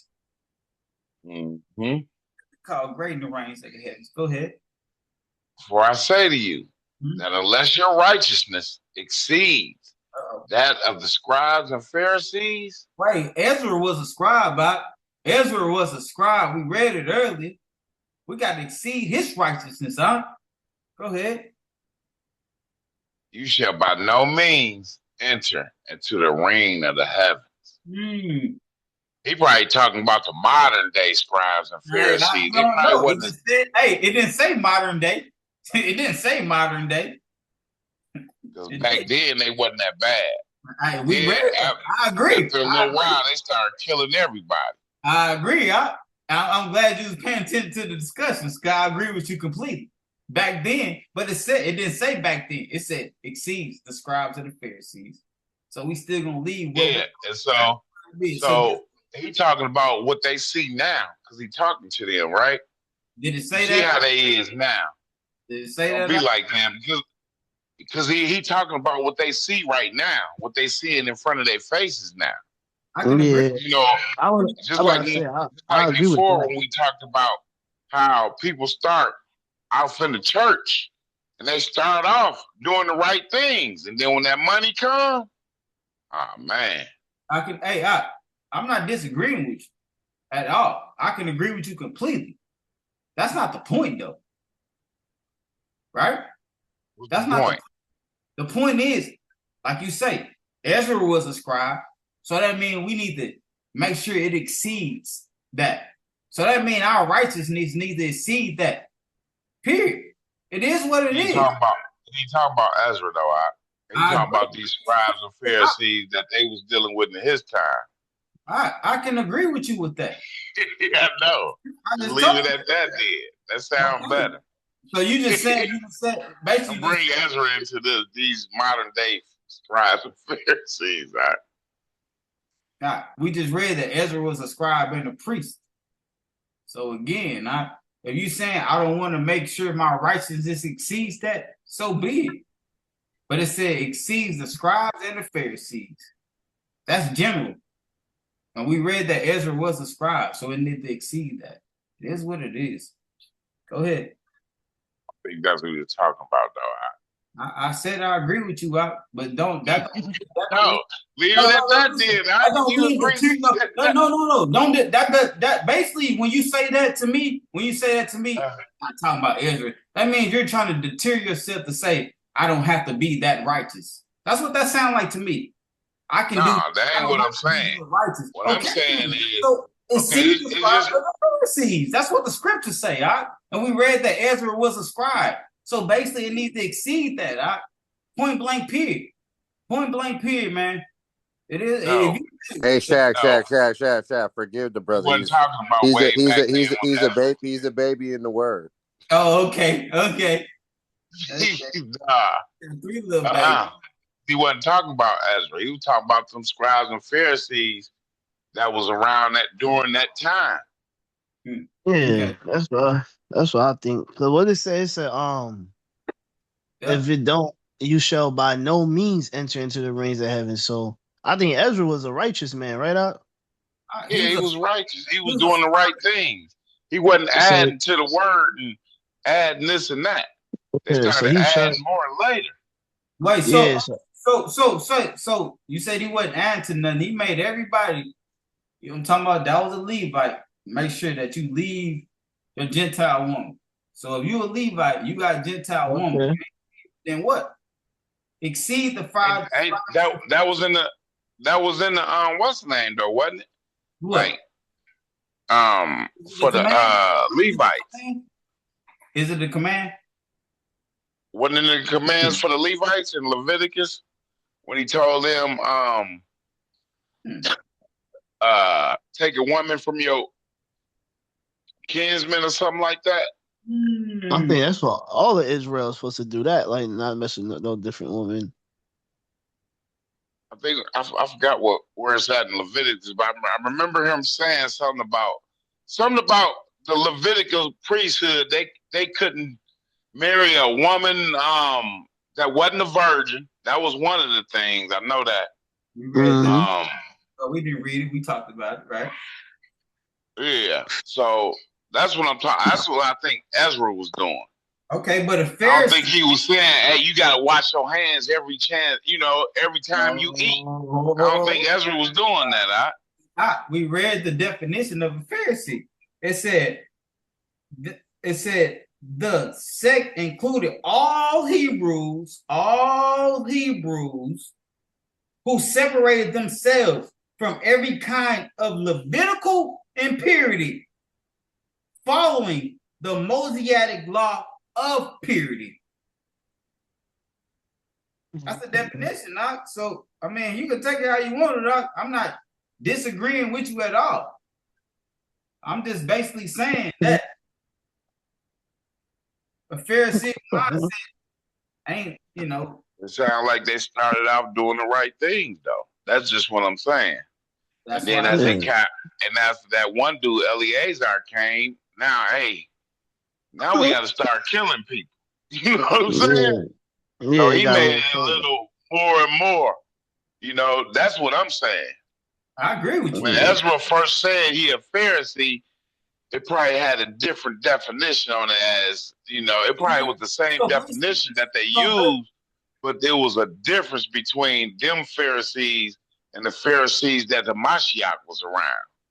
I agree Yeah, with it you. had to be. I agree with you Yeah. completely. That was the point of the discussion. Literally, that was the point. I But just feel like they just got worse. That's all. it did get So worse. I ain't gonna say Ezra was a Pharisee like them scribes and Pharisees that was running around during that time. And I say that it's scribes and Pharisees to this day. But Ezra, they Mm-hmm. ain't like they was back then. but They Ezra done wasn't changed even some more around. doctrine. Ezra wasn't even around when the temple was built. He came when the temple was already built, and he came to read the book. He was a scribe and a Pharisee. It doesn't matter. It doesn't matter. Like, oh, if Ezra wasn't a wicked Pharisee or a hypocritical Pharisee, that's not the point. That's not really the point. It's basically saying that Mashiach said, hey, beware the leaven of the Pharisees. I don't think Ezra had that leaven in him like that. we don't. I'm not saying he did. I'm just reading what we said. I'm just reading what we reading right now. It said, "For I say to you that unless your righteousness exceeds that of the scribes and Pharisees," and we read earlier that Ezra was a scribe, and we know that at that time during Ezra and Nehemiah, that's when the Pharisees really started. We don't go back to Exodus. If y'all don't agree with Exodus, that's fine. We have to agree with during the times of Ezra coming out of Babylon, the beginning of Pharisee. Oh yeah, that's it. Okay, I see. And he's a scribe. This was just what Mashiach saying, and I can't disagree with it. I'm not saying Ezra wasn't righteous. I'm not saying he wasn't righteous, but it said, yeah, it said. You know how Mashiach said, beware the leaven of the Pharisees? I don't think Ezra had that leaven in him like he was describing. That's all I'm saying. I told you 3 Psalms. I agree with you because Ezra. Okay, then stop disagreeing with me. Then, if you agree, stop disagreeing. No, How but about that? only thing I'm disagreeing with is Ezra was never. Is the word Pharisee? I understand. Exactly. He was never called a Pharisee. We just pulled it out to show what Pharisee started, but he was never called a Pharisee, right? But he was called a scribe for sure. So wait, so when it says, so what you saying is we gotta be better because like it says, for I say to you that unless your righteousness exceeds that of the scribes and Pharisees, so he's saying you have to be better than them. You have to, like, I guess you could do your best, to exceed them, but then it says that if you don't, I guess, be better than them, then you shall not by no means enter into the reign of heaven. So. And then now he goes back to the original definition of what we figure out what I guess a Pharisee was and the scribe, I guess. So that's how I'm starting to see it now. It has to be, regardless of how we feel. We in a different generation and different time with them. We have to be better. I'm probably breaking up because it say my internet is unstable. But no, you good. Okay, yeah. We had according to the scripture, we read that Ezra was a scribe. We still have to be better. Did it get after they came back and during that time, was everybody walking in righteousness? Was the scribes even walking in all the way righteous? We don't know. But Mashiach telling it needs to exceed that. I'm just going off what Mashiach said. Exceed that of the scribe. I'm just pointing out that Ezra was a scribe. So exceed what Ezra did. How is that an argument?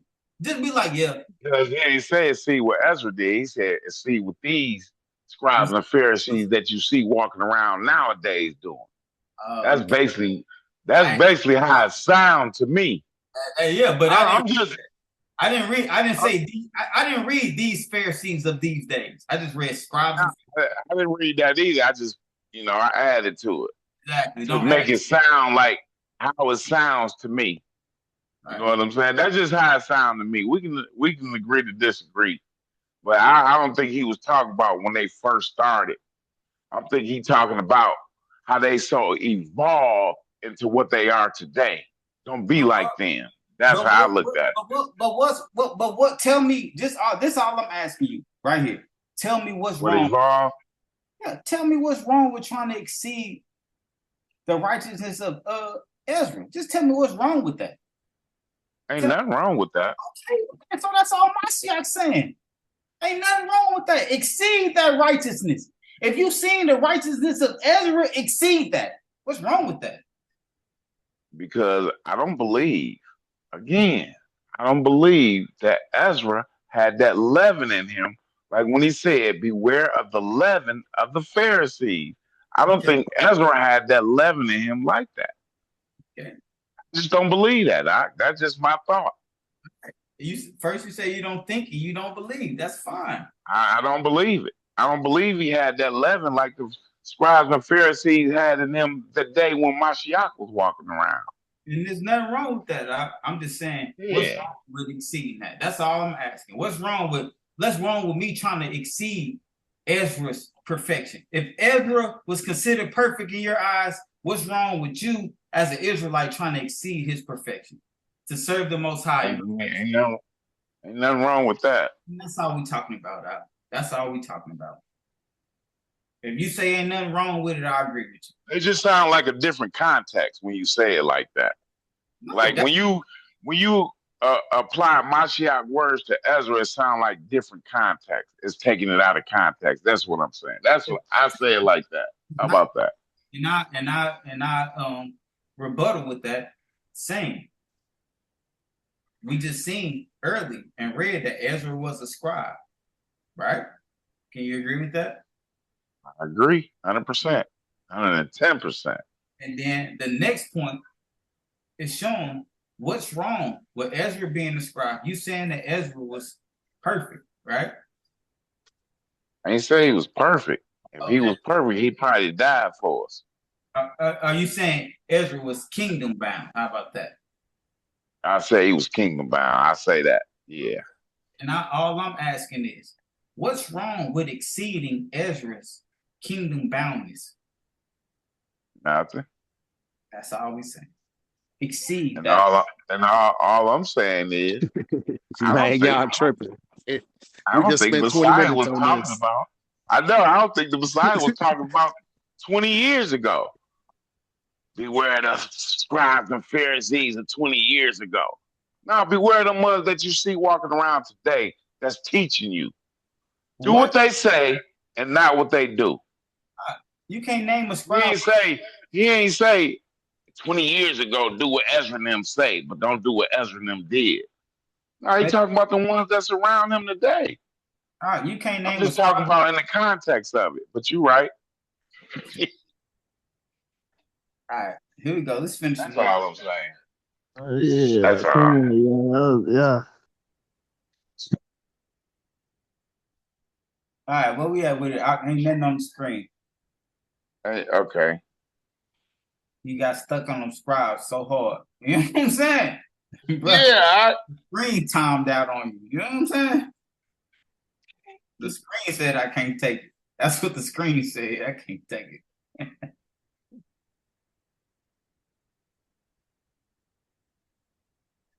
Okay. So exceed the scribes, not Ezra, and the Pharisees. You shall by no means enter into the reign of the heavens. Okay. 21. That's it. That's it? Wait. Let me see. Yeah, 20 is all. That's what we're stopping at. Okay. So we see that our righteousness needs to exceed that of the scribes. We're not talking about Ezra, but the other scribes and Pharisees, right? You shall by no means enter into the reign of the heavens. And we know what that means. Nobody's going to heaven. We ain't going to deal with that. Let's jump to the next one. Let's finish them off. Philippians 3. Okay.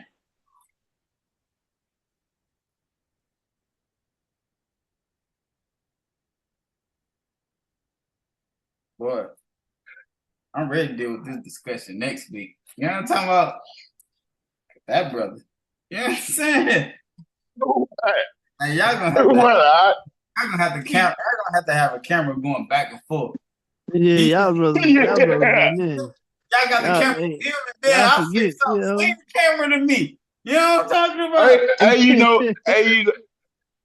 you know that brother ain't gonna give up. You You know, know, I ain't gonna give up. We always do that. That's what brothers do, right? you know. both, Hey, let's keep swinging both the of these camera. brothers ain't gonna give up. Somebody gonna have to hold the camera doing this. You know what I'm saying? I'm like, Yeah. where we at? Yeah. Oh, okay. Oh, Philippians 3, let's finish strong right here. All praises. Here we go. Hey, y'all need me to get them? Y'all No, still I alive? got it. I got it. My bad. Let me turn it sideways. For the rest, my brothers, rejoice in Yahuwah. To write the same matters to you is truly no trouble to me. Right. And for you, it is safe. Come on. I like Look that. out for dogs. Look out for dogs. Look out for the evil workers. Mhm. Look out for the mutilation. My There you bad. go. Mutilation. For we are the circumcision who are serving Elohim in the spirit and boasting in Messiah Yahushua. Let's make sure you get the definition about Paul. You breaking up a little, what'd you say? I said, my internet is unstable, is what it said. Can y'all hear me? Yeah, we hear you now. You was breaking up though. Let's get the definition of the circumcision. It said, for we are the circumcision, right? Who are serving Elohim in the spirit. That's who the circumcision is, according to Paul, right? Everybody love Paul writings. The circumcision of those who are serving Elohim in the spirit. Go ahead, Ak.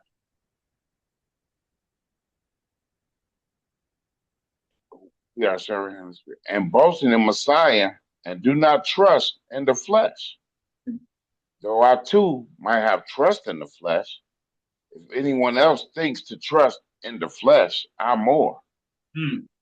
Circumcised the 8th day of the race of Yisrael, of the tribe of Benjamin, a Hebrew of Hebrews, I've been saying, according to the Torah, a Pharisee. according to the Torah, Paul's a what? A Pharisee. According to the Torah, Paul is what? A Pharisee. Oh, any Pharisees in the building? Nobody still want to put their hand up? Okay, here we go. 6. According to the door, The zeal. persecuting the assembly. According to righteousness that is in the law. According to righteousness. What up? That is in the law, Okay. having become blameless. So that means even when he persecuted him, he said, I'm blameless because it's in the law. Pharisee.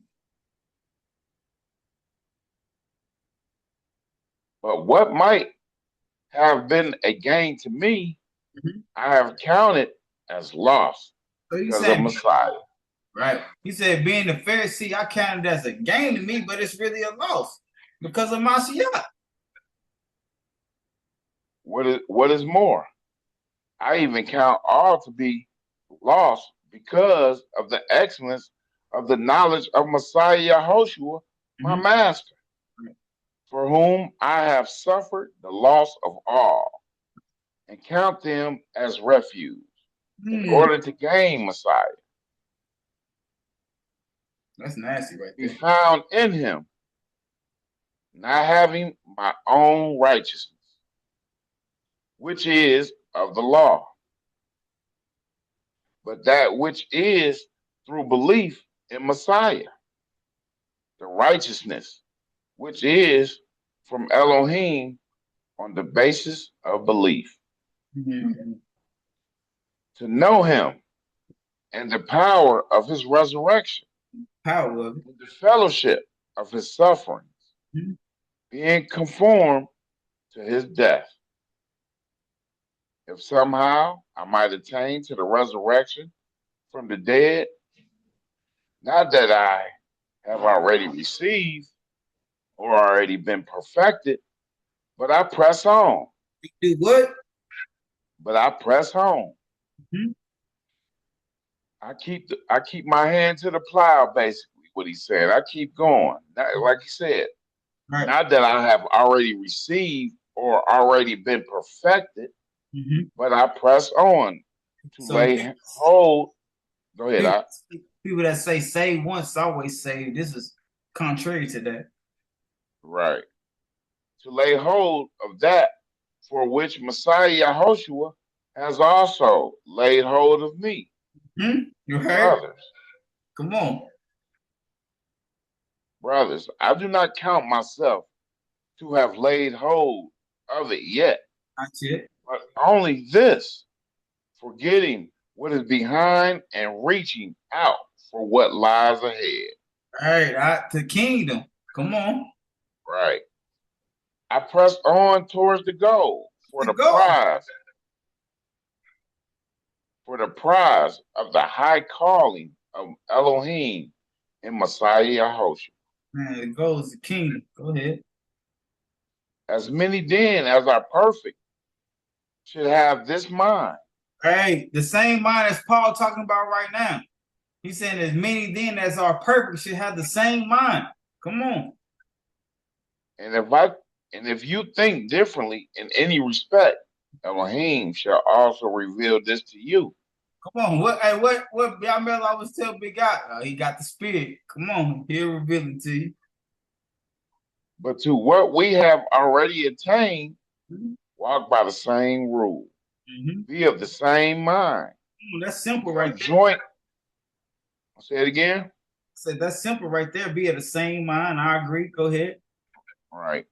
Become joint imitators of me, brothers, and look at those who so walk as you have us for a pattern. For many of whom I have often told you, and now say to you, even weeping, walk as enemies of the stake of Messiah. See that? Their end is destruction. Their mighty one is their stomach. Right, do what they want to do. Do as thou wilt. And their esteem is in their shame. They mind the earthly. They mind the what? The earthly. For our citizenship is in the heavens. We mind. From which we also eagerly wait for the Savior, the Master Yahushua, Messiah, who shall change our lowly body to be conformed to his esteemed body, same as him, according to the working by which he is able even to bring all under his control. Praises to the Most High, yeah, that's for sure. It's really the bonus. Go get them last pictures out. The story of Christianity. That's where this book comes from. I mean, that's where this passage comes from. The story of Christianity. I forget who it was written by. I have to get that. It's probably at the bottom of it. Should be the end of it. Yeah, I underlined it. My bad. It's in the book. Is it? Huh? Yes, sir. That's it. We're gonna end it with this. Okay. In the midst of such suffering and so many vicissitudes, Jewish religion took different shapes and several parties appeared. Right, we know that. The best known, both because the Gospels refer to it repeatedly and because later Judaism evolved from it, is the party of the Pharisees. Right. They were the party of the populace. Populace did not enjoy the material benefits of Rome, rule of Hellenistic civilizations. Okay. To them, it was important to be faithful to the law. Whoa. To the Pharisees, what was important? It was important to be faithful to the law. To the Pharisees, it was important to be faithful to the law. Okay. And for that reason, they studied and debated how the law was to be applied in every conceivable situation. Hmm. This has led to the charge that they were legalistic, Oh, that's why they start calling them legalistic. Because every conceivable situation, they said, how could this be applied to the law? Okay. that they may be true to a degree, but on the other hand, one must remember that they sought to make the faith of Israel relevant to everyday situations. Man, how can you be mad at that? But on the other hand, one must remember that they sought to make the faith of Israel relevant to everyday situations.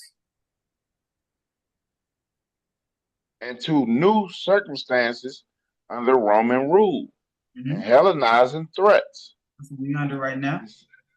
Besides this, they hid some doctrines, such as the final resurrection and the existence of angels, which the more conservative Jews declared to be mere innovations. Let's say that the Pharisees was the ones who conceived about angels and all these things. Go ahead. This means that one must take care not to extravagate the opposition of Yahushua, Exaggerate the opposition of Yahushua and early Christians to the Pharisees. Right. A great deal of the friction between Christians and Pharisees was due to the similarity of their views rather than to their difference. You see that? A great deal of friction between Christians and Pharisees was due to similarities of their views. Their views were similar, right? Rather than their differences. Go ahead. Moving among the common people, Yehoshua and his followers had more opportunities to rub shoulders with Pharisees than with the Sadducees. Just read that Pharisees was all those who took that Levitical impurity. Sadducees dealt with the rich, so we just read a lot that Mashiach rubbed shoulders with Pharisees a lot, man. Go ahead. On the other hand, this diversity of tendencies, sects, and parties should not obscure two fundamental tenets of all Jews. Right. Ethnical monotheism and extra-catalological. Ethical monotheism means that there is only one Elohim. We got the definition of ethological monotheism. It means there's one Elohim, right? Yeah. What's it mean? And that this Elohim requires just as much as proper worship, proper relationships among human beings. We read that in his various parties. We read that in the commandments, right? Proper worship of him and proper relationship among human beings. Love your neighbor as you love yourself. Go ahead. The various parties might disagree as to the exact shape of such relationships, but they all agree on the need to honor the only Elohim with the whole of life. Eschatological hope was another common tenet in the faith of Israel. All from the Sadducees to the Pharisees kept a messianic hope and firmly believed that the day would come when Elohim would intervene in order to restore Israel and fulfill the promise of a kingdom of peace and justice. Some thought that they were to speed its coming by the force of arms, is what Benjamin Netanyahu is trying to do, right? That's what it looked like. Others were convinced that such matters should be left entirely in the hands of Elohim. But all look to a future when Elohim's promise will be fulfilled. You think about it. Y'all hear me? You still there?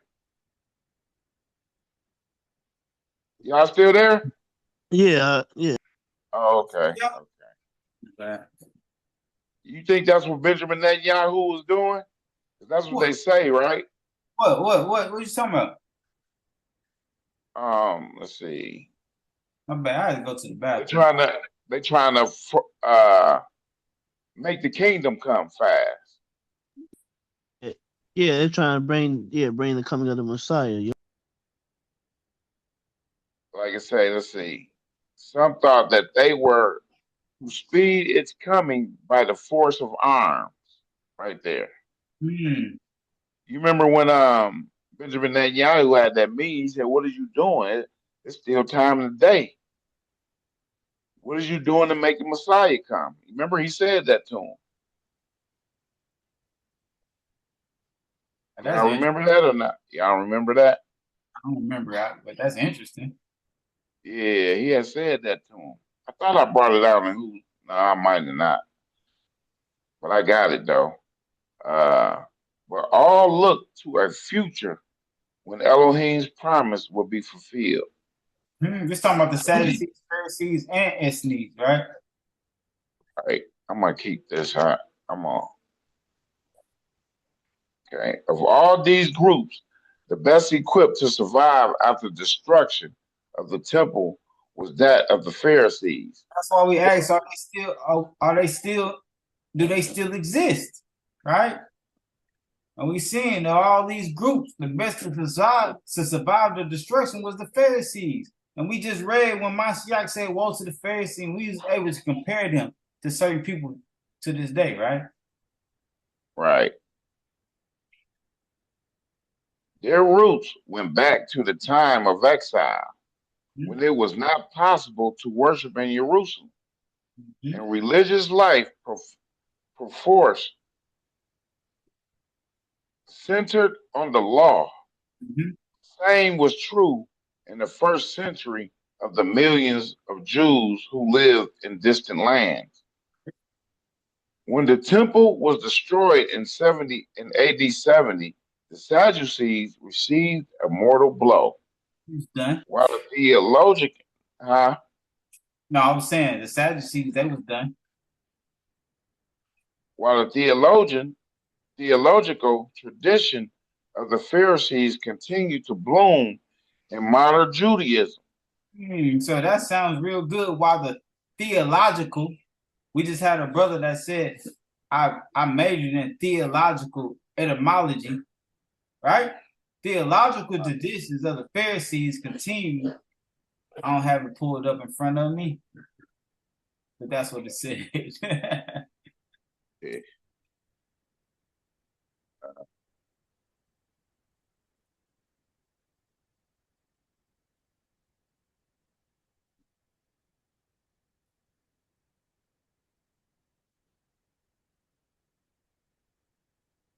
So,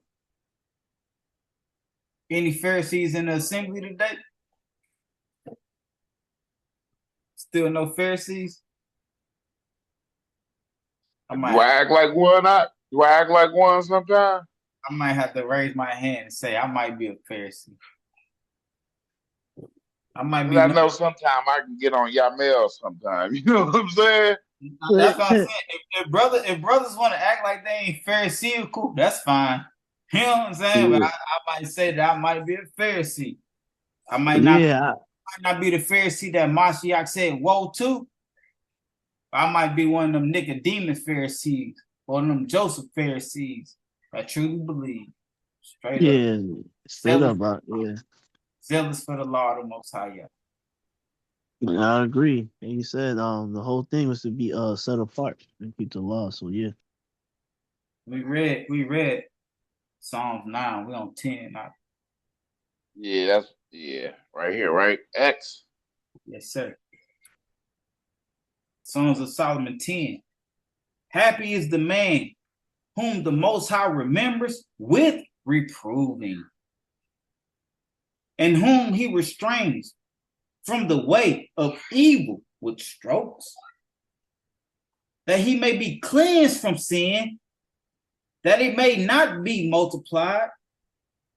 He that makes his back ready for strokes will be cleansed. For the Most High Yah is good to them that endure discipline. For he makes straight the ways of the righteous, and does not pervert them by his discipline.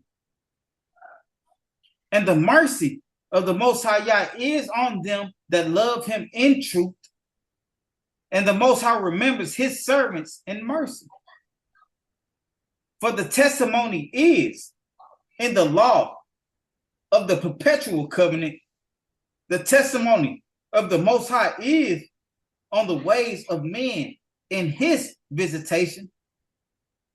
Just and kind is our master Yah in his judgments forever. And Israel will praise the name of the Most High Yah in gladness. And the pious will give thanks in the assembly of the people. And El will have mercy on the poor in the gladness of Israel. For the Most High is good and merciful forever.